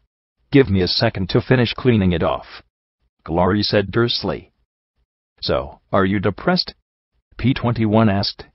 "Last time you lost a fight, you didn't take it so well." I huffed softly. "I don't think I lost. That wasn't a fight. The legate could have slaughtered me if he'd pressed the attack. But he kept talking, and giving me time to recover before beating me down again. It wasn't a fight." I turned my head enough to glance over at Lacune, and thought of the goddess. It was a show. A performance. Something he was putting on, because Lancer forced him to. "You mean the legate spared you?" Rampage asked in confusion. "Why?" I thought, and the more I thought, the fewer answers I could come up with. Finally, I sighed. "I don't know, but it made my mane itchy." Glory held up the eye. It looked no different than my old one to me. It was even the same color, now that I looked. "Now, if I'm right, this shouldn't fit, and we'll need some time to finesse it in enough for her healing and repair talismans to patch it up. Do you need more Medex?" Glory asked, as she looked down at me, holding the shiny metal orb carefully between her hooves. "You gave me Medex?" I asked, blinking. "Rampage," Glory said, but I waved her off. No, I'm not in pain. I'm just wondering why I need it," I asked in confusion. P-21 coughed and looked away. "Just stick it in so we don't have to tell her." "Close your eye, Blackjack." I did, and felt the pressure over the right socket. Contrary to Glory's prediction, it slid home easily within my head. "It's a perfect fit." "It shouldn't be a perfect fit," Glory muttered. "What?" "It's not like zebra and pony eyes are different sizes," Rampage trolled. "I should know. I've gouged out both before. It's not just the size. The muscle anchors. The power connections. The data ports. They're all identical," Glory said, as she did something to the side of my face. "So zebras stole the steel pony technology," I grumbled. "That's not a surprise." "This isn't stolen," Glory replied flatly, as I felt her removing the flesh on the right side of my face. "I guess that scalpel had been working on me before I woke up. Even if the design was stolen, they'd be manufactured with different tools and standards in the zebra lands. Everything, even the barcodes on the back of the eye, they're identical to yours." She looked down at me. "The brood of Coyote aren't ripping off Project Steel Pony. They're from Project Steel Pony. And I'm going to check the rest of this head, and see if I can find any more parts." Right. And I needed to schedule my broadcaster for a conversation with Professor Zodiac. Once my face was put back together again, Glory was cleaning things up. I was chowing down on a third cyberpony cake, and P-21 was keeping an eye out as we sat together atop dais. Scotch Ape and Boo had collected my weapons from the battlefield, while Rampage scavenged the remaining zebra corpses, leaving me with time to think of my next step. The only problem was, I wasn't sure what it should be. I felt strings attached to me, tugging me this way and that, pulled by unknown manipulators. I stroked the mane of the Twilight figurine, as I pondered. Did I really have any choice? Fate, how seductive it was. Not my fault, not my responsibility. Bad things, good things, you could say it was all fated to be. Had Twilight been fated to end up trapped in a monstrous goddess? Pinkie Pie fated to become a drug-addicted pariah? some to kill Big Macintosh. Maybe there was some alternate history, where the war never happened, where fate was kinder and gentler than it was today. I looked down into Twilight's happy, smiling face. Fate was an easy answer when you looked at the strand of history. All those little causes and effects leading to now. Sometimes miraculous, sometimes monstrous. Was I really the maiden of the stars? How are you, Blackjack? P-21 asked. How are you really? I sighed and hugged the figurine to my chest. Different. Haven't been in a fight like that in a while. Not since Yellow River. Was that really only a few weeks ago? He caught my uncomfortable expression, and I looked at my forehooves. Guess what Mom said was true. There's always a bigger fishy. What? He asked with a cock of his head and an amused, if baffled, smile. Nothing. Just something Mom used to tell me, I said with a sigh, as I kept running my hoof over the figurine's mane. He sat quietly beside me. So, what's all that maiden stuff? Zebra prophesy, I said with a shrug. I'm supposed to destroy the world. Just like Luna and Nightmare Moon. I glanced over at him. P-21, do you believe in fate? I believe in you. Does that count? He countered with a half-smile. I gave him a nudge in response, and his smile widened as he looked at Scotch tape. I don't know. I don't think so. I heard that ponies get QT marks that tell them their destiny. But considering mine was openly controlled, it always seemed pretty much bullshit to me. But then, I've never known what my QT mark was supposed to be. What if your destiny is something bad? What if it's to kill and hurt people? I asked. Then you ignore it, he said simply. Because if you accept what that bastard said about your destiny being ruin and death, then it'd be no different than me accepting the medical mares telling me that my destiny was to be a walking sperm bank, who should be dead right now. We decide our own destiny. Did I have any choice? Was I just following the strings? Were we all? I felt I had 3 different paths in front of me, and whichever one I took was going to decide everything. I could go after Dawn, the Harbingers, and Cognitum, and try to end that threat once and for all.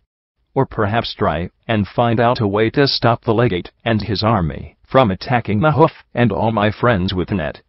Or go to the clouds and try and stop Lighthooves and his biological weapon. Then I glanced down at my hoof and opened up the panel, looking at my Pip-Buck. For some reason, perhaps fate, perhaps something else, I brought up EC1101 and stared at it. Then I accessed its tantalizing routing information. Next routing location Shadow Tower. Right, I said, as I looked up at the midnight clouds. Well then, I guess, if I'm going to decide it, I'd better start thinking of some way to get to Shadow Tower. At his inquisitive look, I smiled. Lighthooves has a biological weapon that can kill countless Pegazi. I need to get up there and stop it and make sure Thunderhead isn't destroyed as well. He looked at the sky and gave a little laugh. Oh, is that all? He shook his head. I don't suppose you know some pony with a flying machine, do you? He asked playfully. I sat there a moment, looking down at the figurine and thinking, and then my lips curled in a small smile. Now that you mention it. Footnote, maximum level reached. Quest perk achieved, My Little Ponies. You have collected one of each of the 6 Ministry Mara statuettes. Stronger together than they are apart, they have granted you +1 luck in addition to their normal benefits. Author's notes, I know that every chapter I thank my editors, but I really would like everyone to know they worked their tails off getting this chapter out this month. I was almost certain that we'd have to push it back to March, April, May, so I just want everyone and them to know how special they are. Whether you like the finale or not, I really have to agree with one thing. There is absolutely nothing like true friends. In other news, I know that what happened with Sam may upset some folks. I apologize, but this is something else that's been in my head since coming up with the Marauders. I hope it doesn't cause too many problems. Next week I'm going to be at the Las Vegas convention. Meeting the hideous Somber. I hope it's not too unpleasant for folks. I'd like to thank Devin Wade, Joel Kenny, and Hidden Pony for helping me pay for the trip. Just look for the terrified writer in a social situation. Also, well, just in case you like it, this is something I'm doing with Banzar, http://requiem-pony.tumblr.com/anyway. Thanks to Cut, as always, for starting this. Thanks to folks who enjoy reading this. Thanks to folks who comment and donate. And thanks for being a part of this community. Just thank you. Oh. And hugs to Tori for Letty.